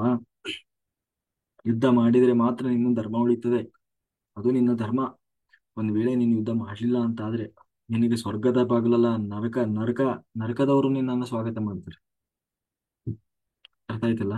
ಹಾಗಾಗಿ ಅಷ್ಟೇ ಅಲ್ಲ, ಏನಂತ ಹೇಳಿದ್ವಿ, ಇದು ಸ್ವಧರ್ಮ ಕೀರ್ತಿಂಚ ಹಿತ್ವ. ಅಂದ್ರೆ ನಿನಗೆ ಇದು ಕೀರ್ತಿಯನ್ನು ತಂದ್ಕೊಡ್ತದೆ. ಯಾಕೆಂದ್ರೆ ನೀನು ಒಬ್ಬ ಮಹಾರಥಿ. ಇವತ್ತು ಅರ್ಜುನ ಫಾಲೋವರ್ಸ್ ತುಂಬಾ ಜನ ಇದ್ದಾರೆ. ಯಾಕೆಂದ್ರೆ ಅವನು 3 ಲೋಕದ ಗಂಡ. ಇಡೀ 3 ಲೋಕಕ್ಕೆ ಅತ್ಯಂತ ಶ್ರೇಷ್ಠ ಬಿಲ್ಲೋಚನಾಗಿ ನಿಂತಿದ್ದಾನೆ. ಅಂತಹ ನಿನ್ನನ್ನ ಫಾಲೋ ಮಾಡುವವರು ತುಂಬಾ ಜನ ಇದ್ದಾರೆ. ನಿನ್ನನ್ನ ರೋಲ್ ಮಾಡೆಲ್ ಆಗಿ ತಗೊಂಡು ನಿನ್ನಂತೆ ಆಗಬೇಕು ಅಂತ ಬದುಕ್ತಾ ಇದ್ದವರು ತುಂಬಾ ಜನ ಇದ್ದಾರೆ ಕಣಯ್ಯ. ಅಂತಹ ಮಹಾರಥಿಯಾದ ನೀನು ಇವತ್ತು ನಿನ್ನ ಧರ್ಮವನ್ನ ಮಾಡದೆ, ಒಂದು ವೇಳೆ ನಿನ್ನ ಸ್ವಾರ್ಥದಿಂದ ನೀನು ಯೋಚನೆ ಮಾಡಿ ಸಮಾಜ ಧರ್ಮವನ್ನು ಮರೆತು ಅಥವಾ ಸಹಜ ಧರ್ಮದ ವಿರುದ್ಧವಾಗಿ ನೀನು ಏನಾದ್ರು ಯುದ್ಧ ಮಾಡಲ್ಲ ಅಂತ ನೀನೇನಾದ್ರು ತ್ಯಾಗ ಮಾಡಿ ನಿಂತ್ರೆ ನಿನಗೆ ಅದು ಕಳಂಕ ಬರ್ತದೆ. ಯಾಕೆಂದ್ರೆ ಅವರೆಲ್ಲರೂ ನಿನ್ನ ಬಗ್ಗೆ ಅಸಹ್ಯ ಪಟ್ಕೊಳ್ತಾರೆ. ಇವನ್ ಎಂತ ಯೋಧ ಕಣೆ, ಇಂಥವನನ್ನ ನಾವು ಇಷ್ಟು ದಿವಸದಿಂದ ಫಾಲೋ ಮಾಡ್ತಾ ಇದ್ವಾ, ಇವನ್ ಇಂತ ಹೇಳಿ ಇದ್ದನ. ಒಂದು ಯುದ್ಧ ರಂಗದಲ್ಲಿ ಯುದ್ಧ ಸೈನ್ಯವನ್ನ ನೋಡಿ ಓಡಿ ಹೋಗ್ತಾನೆ ಅಥವಾ ಯುದ್ಧ ಬೇಡ ಅಂತ ಹೆದರಿ ಹೋಗ್ತಾನೆ ಅಂತಂದ್ರೆ ಇವಂತವನ್ನ ನಾವು ಏನ್ ಫಾಲೋ ಮಾಡೋದು? ಇವನ್ ಇಂಥ ಮೂರ್ಖ ಅಥವಾ ಹೀಗೆ ಬಾಯಿಗೆ ಬಂದಾಗ ಮಾತಾಡ್ತಾರೆ ಕಣೆ. ಅಷ್ಟೇ ಅಲ್ಲ, ನಿನಗೆ ಪಾಪ ಬರ್ತದೆ, ಮಹಾಪಾಪ ಬರ್ತದೆ. ಯಾಕೆಂದ್ರೆ ದೇವರು ಇಂಥ ಅವಕಾಶ ಕೊಟ್ಟರೂ ಕೂಡ ಆ ಅದನ್ನ ನೀನು ಸರಿಯಾಗಿ ನಿಭಾಯಿಸದೆ ಆ, ಇದು ಮಾಡ್ತೀಯಲ್ವಾ ಅಂತ ಹೇಳಿ ಅಕೀರ್ತಿಂ ಚಾಪಿ ಭೂತಾನಿ ಕಥಯಿಷ್ಯಂತಿ ದೇವ್ಯಾಹ್ಯಂ ಸಂಭಾವಿ ತಸ್ಯ ಚ ಕೀರ್ತಿರ್ಮರಣಾತಿ ರಿಚ್ಯತೆ. ಸಾಮಾಜಿಕವಾಗಿ ಹೇಳ್ತಾ ಇದ್ದಾನೆ ಕೃಷ್ಣ. ನೋಡಯ್ಯ, ಒಬ್ಬ ಕ್ಷತ್ರಿಯನಿಗೆ ಆತನ ಕೀರ್ತಿ ನಾಶವಾದ್ರೆ ಅದಕ್ಕಿಂತ ಅವಮಾನ ಇನ್ನೊಂದಿಲ್ಲ. ಒಬ್ಬ ಬಹಳ ಒಳ್ಳೆಯವನು ಬದುಕ್ತಾ ಇರ್ತಾನೆ ತನ್ನ ಇಡೀ ಬದುಕಿನಲ್ಲಿ. ಆ ಒಂದೇ ಒಂದು ಸಣ್ಣ ಕಪ್ಪು ಚುಕ್ಕೆ ಇರೋಲ್ಲ. ಬಹಳ ಆ ಸಭ್ಯನಾಗಿ ಬದುಕ್ತಾ ಇರ್ತಾನೆ. ಸತ್ಯ ನ್ಯಾಯ ನೀತಿ ಧರ್ಮದಿಂದ ಬಹಳ ಏನಂತೀವಿ ಪ್ಯೂರ್ ಜೀವನ ಮಾಡ್ತಾ ಇರ್ತಾನೆ. ಅವನ ಬದುಕಲ್ಲಿ ಏನಾದ್ರೂ ಒಂದು ಸಣ್ಣ ಕಪ್ಪು ಚುಕ್ಕೆ ಅಂದ್ರೆ ಅಂದ್ರೆ ಮರ್ಯಾದೆ ಹೋಗುವಂತ ಕೆಲಸ ಆಯ್ತು ಅಂದ್ರೆ ಅವನ ಮುಖ ಎತ್ಕೊಂಡು ಓಡಾಡ್ಲಿಕ್ಕೂ ಕೂಡ ಅವನು ಭಯ ಪಡ್ತಾನೆ. ಹಾಗಿರುವಾಗ ಆ ನೀನು ಇವತ್ತು ಕೀರ್ತಿಶಾಲಿಯಾಗಿದ್ದೀಯ. ನಿನ್ನನ್ನು ನೋಡುವವರು, ನಿನ್ನನ್ನು ಫಾಲೋ ಮಾಡುವವರು, ಅಥವಾ ನಿನ್ನ ರೋಲ್ ಮಾಡೆಲ್ ಆಗಿ ತಗೊಳ್ಳೋರು ತುಂಬಾ ಜನ ಇದ್ದಾರೆ. ಅಷ್ಟೆಲ್ಲ ನೀನು ಒಬ್ಬ ದೊಡ್ಡ ಮಹಾನ್ ಬಿಲ್ಲೋಜನಿದ್ದೀಯ ಅನ್ನೋದನ್ನು ತಿಳ್ಕೊಂಡಿದ್ದಾರೆ. ಹಾಗಾಗಿ ಒಂದು ವೇಳೆ ನೀನು ಯುದ್ಧ, ನನ್ನವರು ಅಯ್ಯೋ ನನ್ನವರು ಸತ್ತು ಹೋಗ್ಬಿಡ್ತಾರೆ, ನಮ್ಮ ಅಜ್ಜನ ನಾನು ಹೆಂಗೆ ಸಾಯಿಸ್ಲಿ, ಪಾಪ ಬರ್ತದೆ ಅಂತ ಹೇಳಿ ನೀನು ಯುದ್ಧ ಬಿಟ್ಟೆ ಅಂತ ತಿಳ್ಕೊ. ಅವರು ನೀನು ಪಾಪ ಅಯ್ಯೋ ಕರುಣೆಯಿಂದ ಅರ್ಜುನ ಯುದ್ಧ ಬಿಟ್ಟ ಅಂತ ತಿಳ್ಕೊಳ್ಳಲ್ಲ. ಅವರು ಏನ್ ಹೇಳ್ತಾರೆ ಗೊತ್ತಾ? ಹಾ, ನೋಡಿದ್ನ, ಬಂದ ಅರ್ಜುನ, ನೋಡಿದ್ನ ಸೈನ್ಯನ, ಹಾ ಅವನಿಗೆ ಗೊತ್ತಾಯ್ತು ಅವನ್ದು ಏನು ಅಂತ ಹೇಳಿ ಶುರುವಾಯ್ತು ಅವನಿಗೆ ಪುಕ್ಕು ಪುಕ್ಕು. ಅದಕ್ಕೆ ಹೆದರಿ ಓಡಿ ಹೋದ ಹೇಳಿ ಯುದ್ಧವನ್ನ ಏನು ಸೈನ್ಯವನ್ನ ನೋಡಿ ಹೆದರಿ ಹೋದ ಅಂತ ಹೇಳ್ತಾರೆ ಹೊರತು ನೀನು ಅಯ್ಯೋ ಪಾಪ ಇವರನ್ನ ಸಾಯಿಸ್ಬೇಕಲ್ಲ, ಬಂಧುಗಳು ಸತ್ತೋಗ್ಬಿಡ್ತಾರೆ ಅಂತ ಹೇಳಿ ಕರುಣೆಯಿಂದ ಹೋದ ಅಂತ ಯಾರು ತಿಳ್ಕೊಳ್ಳಲ್ಲ, ಯಾರು ಮಾತಾಡಲ್ಲ. ಓಡಿ ಹೋದ, ಯುದ್ಧಕ್ಕೆ ಹೆದರಿ ಓಡಿ ಹೋದ ಹೇಳಿ ಅಂತ ಹೇಳಿ ಬಾಯಿಗೆ ಬಂದಂಗೆ ಮಾತಾಡ್ತಾರೆ. ಅದಕ್ಕೆ ಒಂದಕ್ಕೂ ಒಂದು ಸೇರಿಸಿ ಯಾಕಂದ್ರೆ ಇಂಥ ಒಂದು ಸಮಯ ಸಂದರ್ಭಕ್ಕಾಗಿ ಕಾದು ಕೂತಿರ್ತಾರೆ ಕೆಲವರು. ಹ್ಮ್ ಏನಾದ್ರೂ ಸಿಗ್ತದ ನೋಡೋಣ ಅಪಪ್ರಚಾರ ಮಾಡ್ಲಿಕ್ಕೆ ಅಂತ ಹೇಳಿ ಕಾದು ಕೂತಿರ್ತಾರೆ ಕಣೆ. ನೀನ್ ದೊಡ್ಡ ಕೀರ್ತಿವಂತ ಇದ್ದೀಯ. ನಿನ್ನನ್ನ ನಿನ್ನ ಒಂದೇ ಒಂದು ಸಣ್ಣ ತಪ್ಪು ಸಿಕ್ಕರೆ ಸಾಕು, ನಿನ್ನನ್ನು ಅಷ್ಟೇ ಕೆಳಗೆ ತಳ್ಳಿ ಬಿಡ್ತಾರೆ. ಅದಕ್ಕಾಗಿ ಹಾತೊರಿತಾ ಇದ್ದಾರೆ. ಅದಕ್ಕೆ ಅವಕಾಶ ಮಾಡಿ ಕೊಡಬೇಡ. ಹ ಹಾಗಾಗಿ ಯಾವುದೇ ಒಬ್ಬ ದೊಡ್ಡ ವ್ಯಕ್ತಿ ತಾನು ಅತ್ಯಂತ ಎತ್ತರಕ್ಕೆ ಬೆಳೆದಿದ್ದಾನೆ ಅಂದ್ರೆ ಬಹಳ ಹುಷಾರಿಂದ ಇರ್ಬೇಕು ಅವನು. ಸ್ವಲ್ಪ ಅವನೇನಾದ್ರೂ ಮಿಸ್ಟೇಕ್ ಆಯ್ತು ಅಂದ್ರೂ ಕೂಡ ಅವನ ಕಾಲು ಹಿಡಿದು ಜನರನ್ನೇ ಎಳೆದು ಬಿಡ್ತಾರೆ. ಎಳಿಲಿಕ್ಕಾಗಿ ಅಂತಾನೆ ಕೂತಿರ್ತಾರೆ, ನಿಂತಿರ್ತಾರೆ. ಹಾಗಾಗಿ ಅಂತವರಿಗೆ ಅವಕಾಶ ಮಾಡಿ ಕೊಡಬೇಡ. ಹಾ ನೀನ್ ನೀನು ಹಿಂದೆ ಹೇಗೆ ನೀನು ರೋಲ್ ಮಾಡೆಲ್ ಆಗಿದ್ದೀಯೋ ಹಾಗೆ ಇರು ಅಂತ ಹೇಳಿ ಕೃಷ್ಣ ಆ ಅರ್ಜುನನಿಗೆ ಉಪದೇಶವನ್ನು ಹೇಳಿದ. ಆ ಮುಂದೆ ಆ ಏನು ಹೇಳ್ತಾನೆ ಅನ್ನೋದನ್ನ ನಾವು ನಾಳೆಯ ತರಗತಿಯಲ್ಲಿ ನೋಡೋಣ. ಕಾಯೇನ ವಾಚ ಮನಸೇಂದ್ರಿಯೈರ್ವಾ ಬುದ್ಧ್ಯಾತ್ಮನಾ ವಾ ಪ್ರಕೃತೆ ಸ್ವಭಾವಾತ್ ಕರೋಮಿ ಯತ್ ಸಕಲಂ ಪರಸ್ಮೈ ನಾರಾಯಣಾಯತಿ ಸಮರ್ಪಯಾಮಿ. ಸರ್ವಂ ಶ್ರೀಕೃಷ್ಣಾರ್ಪಣಮಸ್ತು. Thank you, thank you. ಇಲ್ಲಿಯವರೆಗೆ ಅತ್ಯಂತ ಶ್ರದ್ಧೆಯಿಂದ ಕೇಳಿದಂತಹ ಎಲ್ಲ ಧ್ಯಾನ ಯೋಗಿ ಬಂಧುಗಳಿಗೆ ಅನಂತ ಕೋಟಿ ಧನ್ಯವಾದಗಳು. Thank you, thank you, thank you. Masters, ಏನಾದರೂ ಡೌಟ್ಸ್ ಇದ್ರೆ ಹ್ಯಾಂಡ್ ರೈಸ್. ನಿದ್ದೆ ಬಂದ್ರೆ ಏನ್ ಮಾಡಬೇಕು? ಹೋಗಿ ಮಲಗಬಾರ್ದು. ಮತ್ತೆ ಏನ್ ಮಾಡ್ಬೇಕು ಅಂದ್ರೆ ಚೇರಲ್ಲೇ ಕೂತ್ಕೊಂಡು ಧ್ಯಾನ ಮಾಡಬೇಕು. ನಿದ್ದೆ ಬಂದ್ರೆ ಹೋಗಿ ಮಲಗಬಾರ್ದು, ಚೇರಲ್ಲೇ ಕೂತ್ಕೊಂಡು ಧ್ಯಾನ ಮಾಡಬೇಕು. ಅಂದ್ರೆ ಯೋಗ ನಿದ್ರೆ ಆಗ್ತದೆ. ಯೋಗ ನಿದ್ರೆಯನ್ನು ಪ್ರಾಕ್ಟೀಸ್ ಮಾಡಬೇಕು. ಆಯ್ತಾ? ಇವಾಗ ಏನಾಗ್ತದೆ ಅಂದ್ರೆ ನಾವು ಧ್ಯಾನ ಮಾಡುವಾಗ ಆ ಇದಾಗುತ್ತೆ ಏನು, ಆಮ್, ಕಾಯಾನುಪಾಸನ ಆಗ್ತಾ ಇರ್ತದೆ. ಕಾಯಾನುಪಾಸನ ಅಂದ್ರೆ ನಾಡಿ ಮಂಡಲ ಶುದ್ಧೀಕರಣ ಆಗುವಾಗ ತುಂಬಾ ಇರಿಟೇಷನ್ ಆಗ್ತದೆ, ಕುತ್ಕೊಳ್ಳೋಕ್ಕಾಗಲ್ಲ. ಆ, ಆ, ಕೈ ಏನು ಇಲ್ಲದೆ ಇರೋ ನೋವುಗಳೆಲ್ಲ ಶುರುವಾಗ್ತದೆ. ಧ್ಯಾನ ಬಿಟ್ಟು ಎದ್ದು ಓಡಿ ಹೋಗ್ಲಿಕ್ಕೆ ಏನ್ ಬೇಕೋ ಅದೆಲ್ಲ ಆಗ್ತಾ ಇರುತ್ತೆ. ಕಾಯಾನುಪಾಸನೆ ಹಾಗೆ.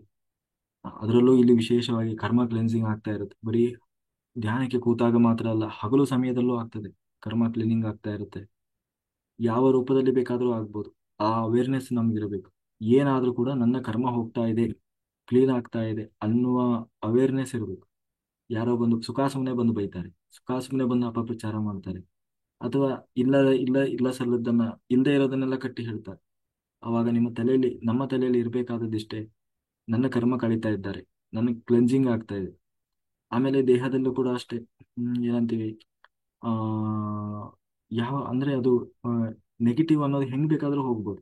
ಕೆಲವೊಮ್ಮೆ ಕೆಲವರಿಗೆ ವಾಂತಿ ಆಗ್ತದೆ, ಕೆಲವರಿಗೆ ಡಿಸೆಂಟ್ರಿ ಆಗ್ತದೆ. ಡಿಸೆಂಟ್ರಿ ಅಂದ್ರೆ ನಾನ್ ಸ್ಟಾಪ್ ಡಿಸೆಂಟ್ರಿ. 20 30 40 50 ಸಾರಿ ಹೋದವರಿದ್ದಾರೆ. ಒಂದೇ ದಿನ ಒಂದೇ, ಅಂದ್ರೆ ಅಷ್ಟು ಚೆನ್ನಾಗಿ ಕ್ಲೀನ್ ಆಗ್ತದೆ ಕ್ಲೆನ್ಸಿಂಗ್ ಅನ್ನೋದು. ಅರ್ಥ ಆಯ್ತು? ಹಾಗಾದಾಗ ನೀವು ಹೆದರ್ಕೊಳ್ಬಾರ್ದು. ಅರ್ಥ ಆಯ್ತಲ್ಲ? ತುಂಬಾ ಪೇನ್ ಆಗ್ತದೆ, ಇದು ಹಾಗಾಗ್ತದೆ, ಸ್ಟ್ರೆಸ್ ಆದಂಗೆ ಆಗ್ತದೆ, ಏನಾದ್ರೂ ಕೂಡ ಸುಮ್ಮನೆ ಕೂತ್ಕೊಳ್ಬೇಕು, ಧ್ಯಾನ ಮಾಡಬೇಕು. ಕ್ಲೆನ್ಸಿಂಗ್ ಅನ್ನೋದು ನಿರಂತರವಾಗಿ ನಡೀತಾ ಇರ್ತದೆ. ಆಮೇಲೆ ಬಿ ಪಾಸಿಟಿವ್. ನಮ್ಮ ನಡೆ ನುಡಿ ಭಾಷೆ ಮಾತು ಎಲ್ಲದರಲ್ಲೂ ಪಾಸಿಟಿವಿಟಿ ಇರಬೇಕು. ಯಾರಾದ್ರೂ ಬೈದ್ರಾ, ಹಾ ಅಸೆಟ್ ಅಸೆಟ್ ಮಾಡಿ ತಿರುಗಿಸಿ ಬೈಯಕ್ ಹೋಗ್ಬಾರ್ದು. ನನ್ನ ಕರ್ಮ ಅಪಾಪ, ಅವರಿಗೆ ಗೊತ್ತಿಲ್ಲ, ಅಜ್ಞಾನದಲ್ಲಿದ್ದಾರೆ. ಯಾರಾದ್ರೂ ಅಪಪ್ರಚಾರ ಮಾಡ್ತಾ ಇದ್ದಾರ, ಅವರಿಗೆ ಅರಿವಿಲ್ಲ, ಇನ್ನೂ ಅಜ್ಞಾನದಲ್ಲಿದ್ದಾರೆ ಅಂತ ಹೇಳಿ ಅಸೆಟ್ ಮಾಡಿ. ತಿರುಗಿಸಿ ಬೈಯಕ್ ಹೋಗ್ಬೇಡಿ. ಆಮೇಲೆ ಇವನ್ ಮಕ್ಕಳಿಗಾದ್ರೂ ಬೈಯುವಾಗ ಹೇಳುವಾಗ ಪಾಸಿಟಿವ್ ಆಗಿ ಬೈಬೇಕು. ಏ ದಡ್ಡ ದಡ್ಡ ಶಿಖಾಮಣಿ ಹಂಗೆಲ್ಲ ಬೈಬಾರ್ದು. ಏ ನೀನು ಬಹಳ ಬುದ್ಧಿವಂತ ಇದ್ದೀಯ, ಓದು, ಇನ್ನೂ ಚೆನ್ನಾಗಿ ಓದು. ಆ ನೀನು ಪ್ರಯತ್ನ ಮಾಡಿದ್ರೆ ಆಗ್ತೀಯಾ, ಆದ್ರೆ ನೀನ್ ಯಾಕೆ ಮಾಡ್ತಿಲ್ಲ, ಮಾಡು ಅಂತ ಅಂದ್ರೆ ಪಾಸಿಟಿವ್ ಹೇಳಬೇಕು. ಯಾಕೆಂದ್ರೆ ವಾಕ್ ಶುದ್ಧಿ ಇರ್ತದೆ, ವಾಕ್ ಸಿದ್ಧಿ ಇರ್ತದೆ ಯಾವ ಕ್ಷಣದಲ್ಲಿ, ಅಂದ್ರೆ ಹೇಳಿದ್ದೇ ನಡೀತದೆ. ಒಂದ್ ವೇಳೆ ನೆಗೆಟಿವ್ ಹೇಳಿದ್ರೆ ಫಸ್ಟ್ ಆಗ್ತದೆ ಅದು. ಹಾಗಾಗಿ ಬಹಳ ಹುಷಾರಿಂದ ಇರಬೇಕು. ಅದು ಬಹಳ ಉದಾಹರಣೆಗಳಿದ್ದ. ಹಾಗಾಗಿ ನಮ್ಮ ನಾಲಿಗೆಯಲ್ಲೂ ಕೂಡ ಬಹಳ ಆ ಏನಂತೀವಿ, ಆ ಸ್ಪಷ್ಟತೆ ಇರಬೇಕು. ಸುಖ ಸುಮ್ಮನೆ ಯಾರಿಗೂ ಏನು ಹೇಳಬಾರ್ದು, ಬಹಳ ಬೈಬಾರ್ದು. ಬಹಳ ಸಿಟ್ಟು ಬಂತು, ಕೋಪ ಬಂತು, ತಡ್ಕೊಳಕ್ ಆಗ್ತಿಲ್ಲ, ಬೈಬೇಕು ಅವಾಗ. ಏನಂತ? ಆತ್ಮಜ್ಞಾನ ಪ್ರಾಪ್ತಿಯಾಗಲಿ, ಬ್ರಹ್ಮಜ್ಞಾನ ಪ್ರಾಪ್ತಿಯಾಗಲಿ, ಆದಷ್ಟು ಬೇಗ ಅವನ ಅಜ್ಞಾನ ಪರಿಹಾರ ಆಗಲಿ, ಅವನು ಜ್ಞಾನಿ ಆಗ್ಲಿ ಧ್ಯಾನಿ ಆಗ್ಲಿ ಅಂತ ಬೈದು ಬಿಡ್ಬೇಕಷ್ಟೆ. ಅರ್ಥ ಆಯ್ತಲ್ಲ? ಅದೇ ನಮ್ಮ ಬೈಗುಳ. ಆದಷ್ಟು ಬೇಗ ಅವನ ಅಜ್ಞಾನ ಪರಿಹಾರ ಆಗ್ಲಿ, ಮೊದ್ಲು ಬುದ್ಧಿ ಬರ್ಲಿ ಮನೆಗೆ ಅವರಿಗೆ ಅಂತ ಹೇಳಿ ಬೈದು ಬಿಡ್ಬೇಕು. ಅದು ಬಿಟ್ಟು ನೀನ್ ಅಂತವ ಇಂತವ ಅಂತ ಬೈದ್ರೆ ನಮ್ಮ ತಪೋಶಕ್ತಿ ಕಡಿಮೆ ಆಗ್ತದೆ. ಆಯ್ತಾ? ನಾವು ಬರೀ ಧ್ಯಾನ ಮಾಡೋದು ಮುಖ್ಯ ಅಲ್ಲ, ಧ್ಯಾನ ಮಾಡೋದು ಒಂದೇ ಅಲ್ಲ, ನಮ್ಮ ತಪಸ್ಸು, ನಮ್ಮ ಧ್ಯಾನ ಶಕ್ತಿ ಅನಾವಶ್ಯಕವಾಗಿ ವೇಸ್ಟ್ ಆಗದ ಹಾಗೆ ಅದನ್ನು ಚೆನ್ನಾಗಿ ಕಾಪಾಡಿಕೊಳ್ಬೇಕು. ಅದು ಕೂಡ ನಮ್ಮ ಕರ್ತವ್ಯ. ಸುಖ ಸುಮ್ಮನೆ ಮಾತಾಡೋದು, ವಟ ವಟ ಲಬ ಲಬ ಲಬ ಹೊಯ್ಕೊಳ್ಳೋದು ಹಾಗೆಲ್ಲ ಮಾಡ್ಬಾರ್ದು. ಎಷ್ಟು ಎಲ್ಲಿ ಎಷ್ಟು ಅವಶ್ಯಕತೆ ಇದೆಯೋ ಅಷ್ಟು ಮಾತ್ರ ಮಾತಾಡ್ಬೇಕು. ಆ ನಾಲ್ಕು ಎಷ್ಟು ಸೆಂಟೆನ್ಸ್ ಕಡಿಮೆ, ಸಣ್ಣ ಸಣ್ಣ ಸೆಂಟೆನ್ಸ್ ಮಾಡಿ ಮಾತಾಡ್ಲಿಕ್ಕೆ ಸಾಧ್ಯ ಆಗ್ತದೋ ಅಷ್ಟು ಸಣ್ಣದಾಗಿ ಮಾತಾಡ್ಬೇಕು. ಅರ್ಥ ಆಯ್ತಲ್ಲ? ಆ ಹಾಗೆ ಪ್ರತಿಯೊಂದು ಕೂಡ. ಆಮೇಲೆ ಬೇಕು ಅಂತಲೇ ಮಾಸ್ಟರ್ಸ್ ಮೇಲೆ, ಹಾಸ್ಟೆಲ್ ಮಾಸ್ಟರ್ಸ್ ಟೆಸ್ಟ್ ಮಾಡ್ತಾರೆ, ಬೇಕು ಅಂತಲೇ ಪರೀಕ್ಷೆಗಳನ್ನ ಹೊಡ್ತಾರೆ. ಅದೇ ಹೇಳಿನಲ್ವಾ, ಪ್ರತಿಯೊಂದು ನಮ್ಮ ಬದುಕಿನಲ್ಲಿ ಏನು ಬಂದ್ರೂ ಕೂಡ ಅದೊಂದು ಪರೀಕ್ಷೆ, ಚಾಲೆಂಜ್. ಅದನ್ನು ನಾವು ನಮ್ಮ ಸಮಚಿತ್ತದಿಂದಲೇ ನಾವು ಅದನ್ನು ಫೇಸ್ ಮಾಡಬೇಕು. ಎಮೋಷನಲಿ ನಾವು ಇದಾಗಬಾರ್ದು, ರಿಯಾಕ್ಟ್ ಆಗಬಾರ್ದು, ಯಾವುದಕ್ಕೂ ರಿಯಾಕ್ಟ್ ಆಗಬಾರ್ದು. ಇವನ್ ಮನೆಯಲ್ಲೇ ಯಾರಾದ್ರೂ ಬೈದ್ರು ತಿರುಗಿಸಿ ಬೈಯೋದಲ್ಲ. ಆ ಯೋಚನೆ ಮಾಡ್ಬೇಕು, ಅವ್ರಿಗೆ ಏನ್ ಹೇಳ್ಬೇಕು, ಹೇಗೆ ಹೇಳಿದ್ರೆ ಅರ್ಥ ಆಗ್ಬೋದು ಅಂತ ಹೇಳಿ. ಯಾಕೆಂದ್ರೆ ಇಲ್ಲೆಲ್ಲ ಇರೋರು ಎಲ್ಲರೂ ನೀವು ಯೋಗಿಗಳು. ಯೋಗಿಗಳು ಯೋಗಿಗಳ ಹಾಗೇನೆ ನೀವು ವರ್ತನೆ ಮಾಡ್ಬೇಕು. ಸಾಮಾನ್ಯರ ಹಾಗೆ ವರ್ತನೆ ಮಾಡೋದಲ್ಲ. ಸಾಮಾನ್ಯರವರು ಮನ್ಸಿಗೆ ಹೆಂಗ್ ಬಂತೋ, ಬುದ್ಧಿ ಹೆಂಗ್ ಬಂತೋ ಹಂಗೆ ಮಾಡುತ್ತೆ. ಆದ್ರೆ ನಿಮಗೆ ವಿವೇಚನೆ ಇದೆ, ವಿವೇಚನೆಯಿಂದಲೇ ರಿಯಾಕ್ಟ್ ಮಾಡ್ಬೇಕು. ರಿಯಾಕ್ಟ್ ಮಾಡಬಾರ್ದು, ರೆಸ್ಪಾಂಡ್ ಮಾಡ್ಬೇಕು. ಯಾವುದಕ್ಕೂ ರಿಯಾಕ್ಟ್ ಮಾಡಬಹುದು. ರಿಯಾಕ್ಟಿಗೂ ರೆಸ್ಪಾಂಡಿಗೂ ಏನ್ ವ್ಯತ್ಯಾಸ ಅಂದ್ರೆ, ಈಗ ಉದಾಹರಣೆಗೆ ಯಾರೋ ಏನೋ ಹೇಳಿದ್ರು, ತಿರುಗಿ ಹೇಳ್ಬಿಡೋದು ಹಂಗೆ. ಯಾರೋ ಬೈದ್ರು, ನಾನಲ್ಲ, ನೀನೇ ಮಾಡಿದ್ರು, ನಾನಲ್ಲ ನೀನು ಅಂತ ಹೇಳೋದು. ಅಥವಾ ಆ ಯಾರೋ ನಾಯಿ ಅಂದ್ರು, ತಿರುಗಿಸಿ ನೀನು ನಾಯಿ ಅನ್ನೋದು. ಹಾಗಲ್ಲ. ಯಾರೋ ಹೇಳಿದ್ರು ಅಂತ ತಕ್ಷಣ, ಅಥವಾ ಯಾರೋ ಹಿಂದಿಂದ ಬಂದು ಹೊಡೆದ ತಕ್ಷಣ ತಿರುಗಿಸಿ ಹೊಡೆದೇ ಬಿಡು. ಅದು ರಿಯಾಕ್ಟ್. ಅದನ್ನು ಮಾಡಬಾರ್ದು. ಯಾವುದಕ್ಕೂ ನಾವು ರಿಯಾಕ್ಷನ್ ತೋರಿಸಬಾರ್ದು. ಮತ್ತೆ ಏನ್ ಮಾಡ್ಬೇಕು? ರೆಸ್ಪಾಂಡ್ ಮಾಡ್ಬೇಕು. ಏನು ರೆಸ್ಪಾಂಡ್ ಅಂದ್ರೆ, ಯಾರೋ ಏನೋ ಬೈದ್ರು, ಯೋಚನೆ ಮಾಡ್ಬೇಕು ಸ್ವಲ್ಪ. ಯಾಕೆ ಬೈದ್ರು ಅವರು? ನಿಜವಾಗ್ಲೂ ಆ ಬೈಗೊಳಕ್ಕೆ ನಾನು ಅರ್ಹನ? ನಾನು ತಪ್ಪು ಮಾಡಿದ್ದೀನ? ಒಂದ್ ವೇಳೆ ತಪ್ಪು ಮಾಡಿದ್ರೆ, ಅಸೆಟ್ ಮಾಡಿ, ಹೌದು ನಾನು ತಪ್ಪು ಮಾಡಿದ್ದೀನಿ, ಬೈದ್ರು, ಎಸ್ ಹೌದು ತಪ್ಪಾಗಿದೆ, ಸಾರಿ, ಅಸೆಟ್ ಮಾಡಿ. ಆಯ್ತು, ನಾನು ತಪ್ಪು ಮಾಡಿಲ್ಲ, ಆದ್ರೂ ಬೈದ್ರು, ಬಿಟ್ಟಾಕಿ, ನನಗಲ್ಲ ಅದು, ನಾನು ತಪ್ಪು ಮಾಡಿಲ್ಲ, ಅವ್ರು ಬೈತಾ ಇದ್ದಾರೆ, ಅದು ನಂದಲ್ಲ ಅದು. ಅಥವಾ ನಕ್ಕು ಬಿಡಿ, ಸೈಲೆಂಟ್ ಆಗಿ. ಇದು ರೆಸ್ಪಾಂಡ್. ಅದು ಬಿಟ್ಟು ಕಾಲ್ ಕೆರ್ಕೊಂಡು ಜಗಳಕ್ಕೆ ನಿಲ್ಲೋದಲ್ಲ.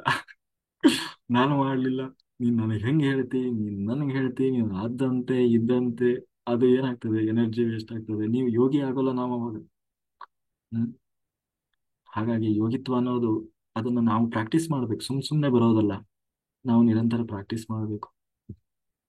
ಹಾಗಾಗಿ ನೋಡಿ, ಯಾರನ್ನೂ ಬಿಟ್ಟಿಲ್ಲ, ಕೃಷ್ಣನನ್ನೂ ಬಿಟ್ಟಿಲ್ಲ. ಸ್ತ್ರೀಲೋಲ, ಕಪಟಿ, ಕಾಮುಕ, ಆ ಏನೇನೆಲ್ಲಾ ಪದಗಳಿದ್ದಾವು ಎಲ್ಲವನ್ನ ಸೇರಿಸಿ ಬೈದಿದ್ದಾರೆ. ರಾಮನನ್ನು ಬಿಟ್ಟಿಲ್ಲ. ರಾವಣ ಹೆಂಗ್ ಬೇಕಾದ್ರೆ ಮಾತಾಡ್ತಾನೆ. ಮಾರೀಚನಿಗೆ ಹೇಳುವಾಗ ಅಲ್ಲಯ್ಯ, ಯಾರಾದ್ರೂ ಕಾಡಿಗೆ ಬರುವಾಗ ಹೆಂಡತಿ ಕರ್ಕೊಂಡ್ ಬಿಡ್ತಾರ? ಅಂತ ಕಾಮುಕ ಎಲ್ಲಾರು ಇರ್ತಾರೆ ಅಂತ ಹೇಳಿ ರಾಮನನ್ನು ಕಾಮುಕ ಅಂತ ಮಾತಾಡಿದ್ರು. ಯಾರು? ರಾವಣ. ಅರ್ಥ ಆಯ್ತಲ್ಲ? ಹಂಗೆ ಮಾರೀಚನಿಗೆ ಹಂಗೆಲ್ಲ ಹೇಳ್ತಾನೆ. ಹಾಗಾಗಿ ದೋಷವನ್ನ ಹುಡುಕಬೇಕು, ಮಾತಾಡಬೇಕು ಅನ್ನುವರ ಮನಸ್ಥಿತಿಯಲ್ಲಿ ಎಲ್ಲರ ಬಗ್ಗೆನೂ ಮಾತಾಡ್ತಾರೆ. ಸೀತಾಮಾತೆಯ ಬಗ್ಗೆನೂ ಮಾತಾಡಿ ನೋಡಿದ್ದಾರೆ. ಯಾರ ಬಗ್ಗೆ ಬಿಟ್ಟಿದ್ದಾರೆ ಹೇಳಿ? ಗಾಂಧೀಜಿಯವರ ಬಗ್ಗೆ ಬಿಟ್ಟಿದ್ದಾರ? ಬುದ್ಧನ ಬಗ್ಗೆ ಬಿಟ್ಟಿದ್ದಾರ? ಮಹಾವೀರನ ಬಗ್ಗೆ ಯಾರ ಬಗ್ಗೆ ಬಿಟ್ಟಿದ್ದಾರೆ? ಹಾಗಾಗಿ ಅಪವಾದ ಮಾಡುವವರು ಆ, ಎಲ್ಲ ಅದು ನಮಗೆ ಪ್ರತಿಯೊಬ್ಬರ ಬದುಕಿನಲ್ಲೂ ಇರ್ತಾರೆ. ಅದನ್ನ ನಾವು ಅಸೆಪ್ಟ್ ಮಾಡಬೇಕು.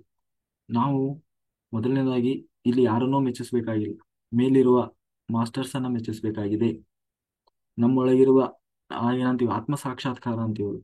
ಆತ್ಮಸಾಕ್ಷಿ, ಅದನ್ನ ಮೆಚ್ಚಿಸ್ಬೇಕಾಗಿದೆ. ನಾವು ಹೊರಗಡೆಯಿಂದ ಏನೇ ಮಾಡ್ಲಿ, ಒಳಗಡೆಯಿಂದ ಹೇಳ್ತಾನೆ ಇರ್ತದೆ, ಎಲ್ಲೋ ನಾನು ತಪ್ಪು ಮಾಡ್ತಾ ಇದ್ದೀನಿ. ಇದು ತಪ್ಪು ತಪ್ಪು ಅಂತ ಹೇಳಿ, ಅದೇ ಭಗವಂತನ ಜಾಗೃತಿ. ಅದನ್ನ ಮೆಚ್ಚಿಸಿದ್ರೆ ಸಾಕು. ಹೊರಗಡೆ ಯಾರು ಏನಾದ್ರೂ ತಿಳ್ಕೊಳ್ಳಿ, ಒಳಗಡೆಯಿಂದ ನಾವು ಮೆಚ್ಚಿಸಿದ್ರೆ ಸಾಕು. ಹಾಗಾಗಿ ಆ ಹ್ಮ್ ಎಲ್ಲರೂ ಚೆನ್ನಾಗಿ ಮಾಡಿದ್ಯಾನ, ಇದು ತುಂಬಾ ಜನರಿಗೆ ಒಳ್ಳೇದಾಗ್ತಾ ಇದೆ. ಹ್ಮ್ ಆಮೇಲೆ ಬರೀ ನಾವು ಆಸೆ ಬುರುಕರು ಆಗ್ಬಾರ್ದು. ಮುಂದೆ ಬರ್ತದೆ ಬರೀ ಆಸೆ ಬುರುಕರು ಅಂತ ಹೇಳಿ. ಆಸೆ ಬುರುಕರು ಆಗ್ಬಾರ್ದು ಅಂದ್ರೆ ಏನೋ ಸಿಗ್ತದೆ ಸಿಗ್ತದೆ ಅಂತಾನೆ ಮಾಡೋದಲ್ಲ, ಕರ್ಮ ಕಳೀತದೆ ಅಂತ ಮಾಡೋದು. ಯಾಕೆಂದ್ರೆ ಫಸ್ಟ್ ಕರ್ಮ ಕಳಿಬೇಕು. ಕರ್ಮ ಅನ್ನೋದೇ ನಮ್ಮನ್ನ ಇವತ್ತಿನ ಎಲ್ಲಾ, ನಮ್ಮ ಸುತ್ತಲಿನ ಇವತ್ತಿನ ಸ್ಥಿತಿಗೆ ಕರ್ಮ ಕಾರಣ ಆಗಿದೆ. ಆ ಕರ್ಮ ಕಳ್ಕೊಳ್ಳೋದು, ಆ ಕೆಲಸನ ನಿರಂತರವಾಗಿ ನಡೀತಾ ಇರ್ತದೆ. ನೀವು 10 ದಿನ ಧ್ಯಾನ ಮಾಡ್ಲಿ, ನಾನು 100 ದಿನ ಮಾಡ್ಲಿ, ಅದು ವ್ಯರ್ಥ ಅಲ್ಲ. ನನಗೆ ಇಷ್ಟು ದಿವಸ ಮಾಡಿದೆ, 3 ತಿಂಗಳು ಮಾಡಿದೆ, 4 ತಿಂಗಳು ಮಾಡಿದೆ, 2 ಮಂಡಲ ಮಾಡಿದೆ, 3 ಮಂಡಲ ಮಾಡಿದೆ, ನನಗೇನೂ ಆಗ್ಲಿಲ್ಲ, ಏನು ರಿಸಲ್ಟೇ ಸಿಗ್ಲಿಲ್ಲ. ಇಲ್ಲ ಇಲ್ಲ, ನಿನಗೆ ಗೊತ್ತಿಲ್ಲ. ಅಷ್ಟು ದಿನ ಮಾಡಿದ್ದು ನೀನು ವ್ಯರ್ಥ ಆಗ್ಲಿಲ್ಲ ಅದು. ಅಷ್ಟು ದಿನ ಧ್ಯಾನದಲ್ಲಿ ಏನ್ ಆಗ್ಬೇಕಿತ್ತು ಅದಾಗಿದೆ. ನಿನಗೆ ಅದಾಗಿ ಗೊತ್ತಾಗಿಲ್ಲ ಅಷ್ಟೇ.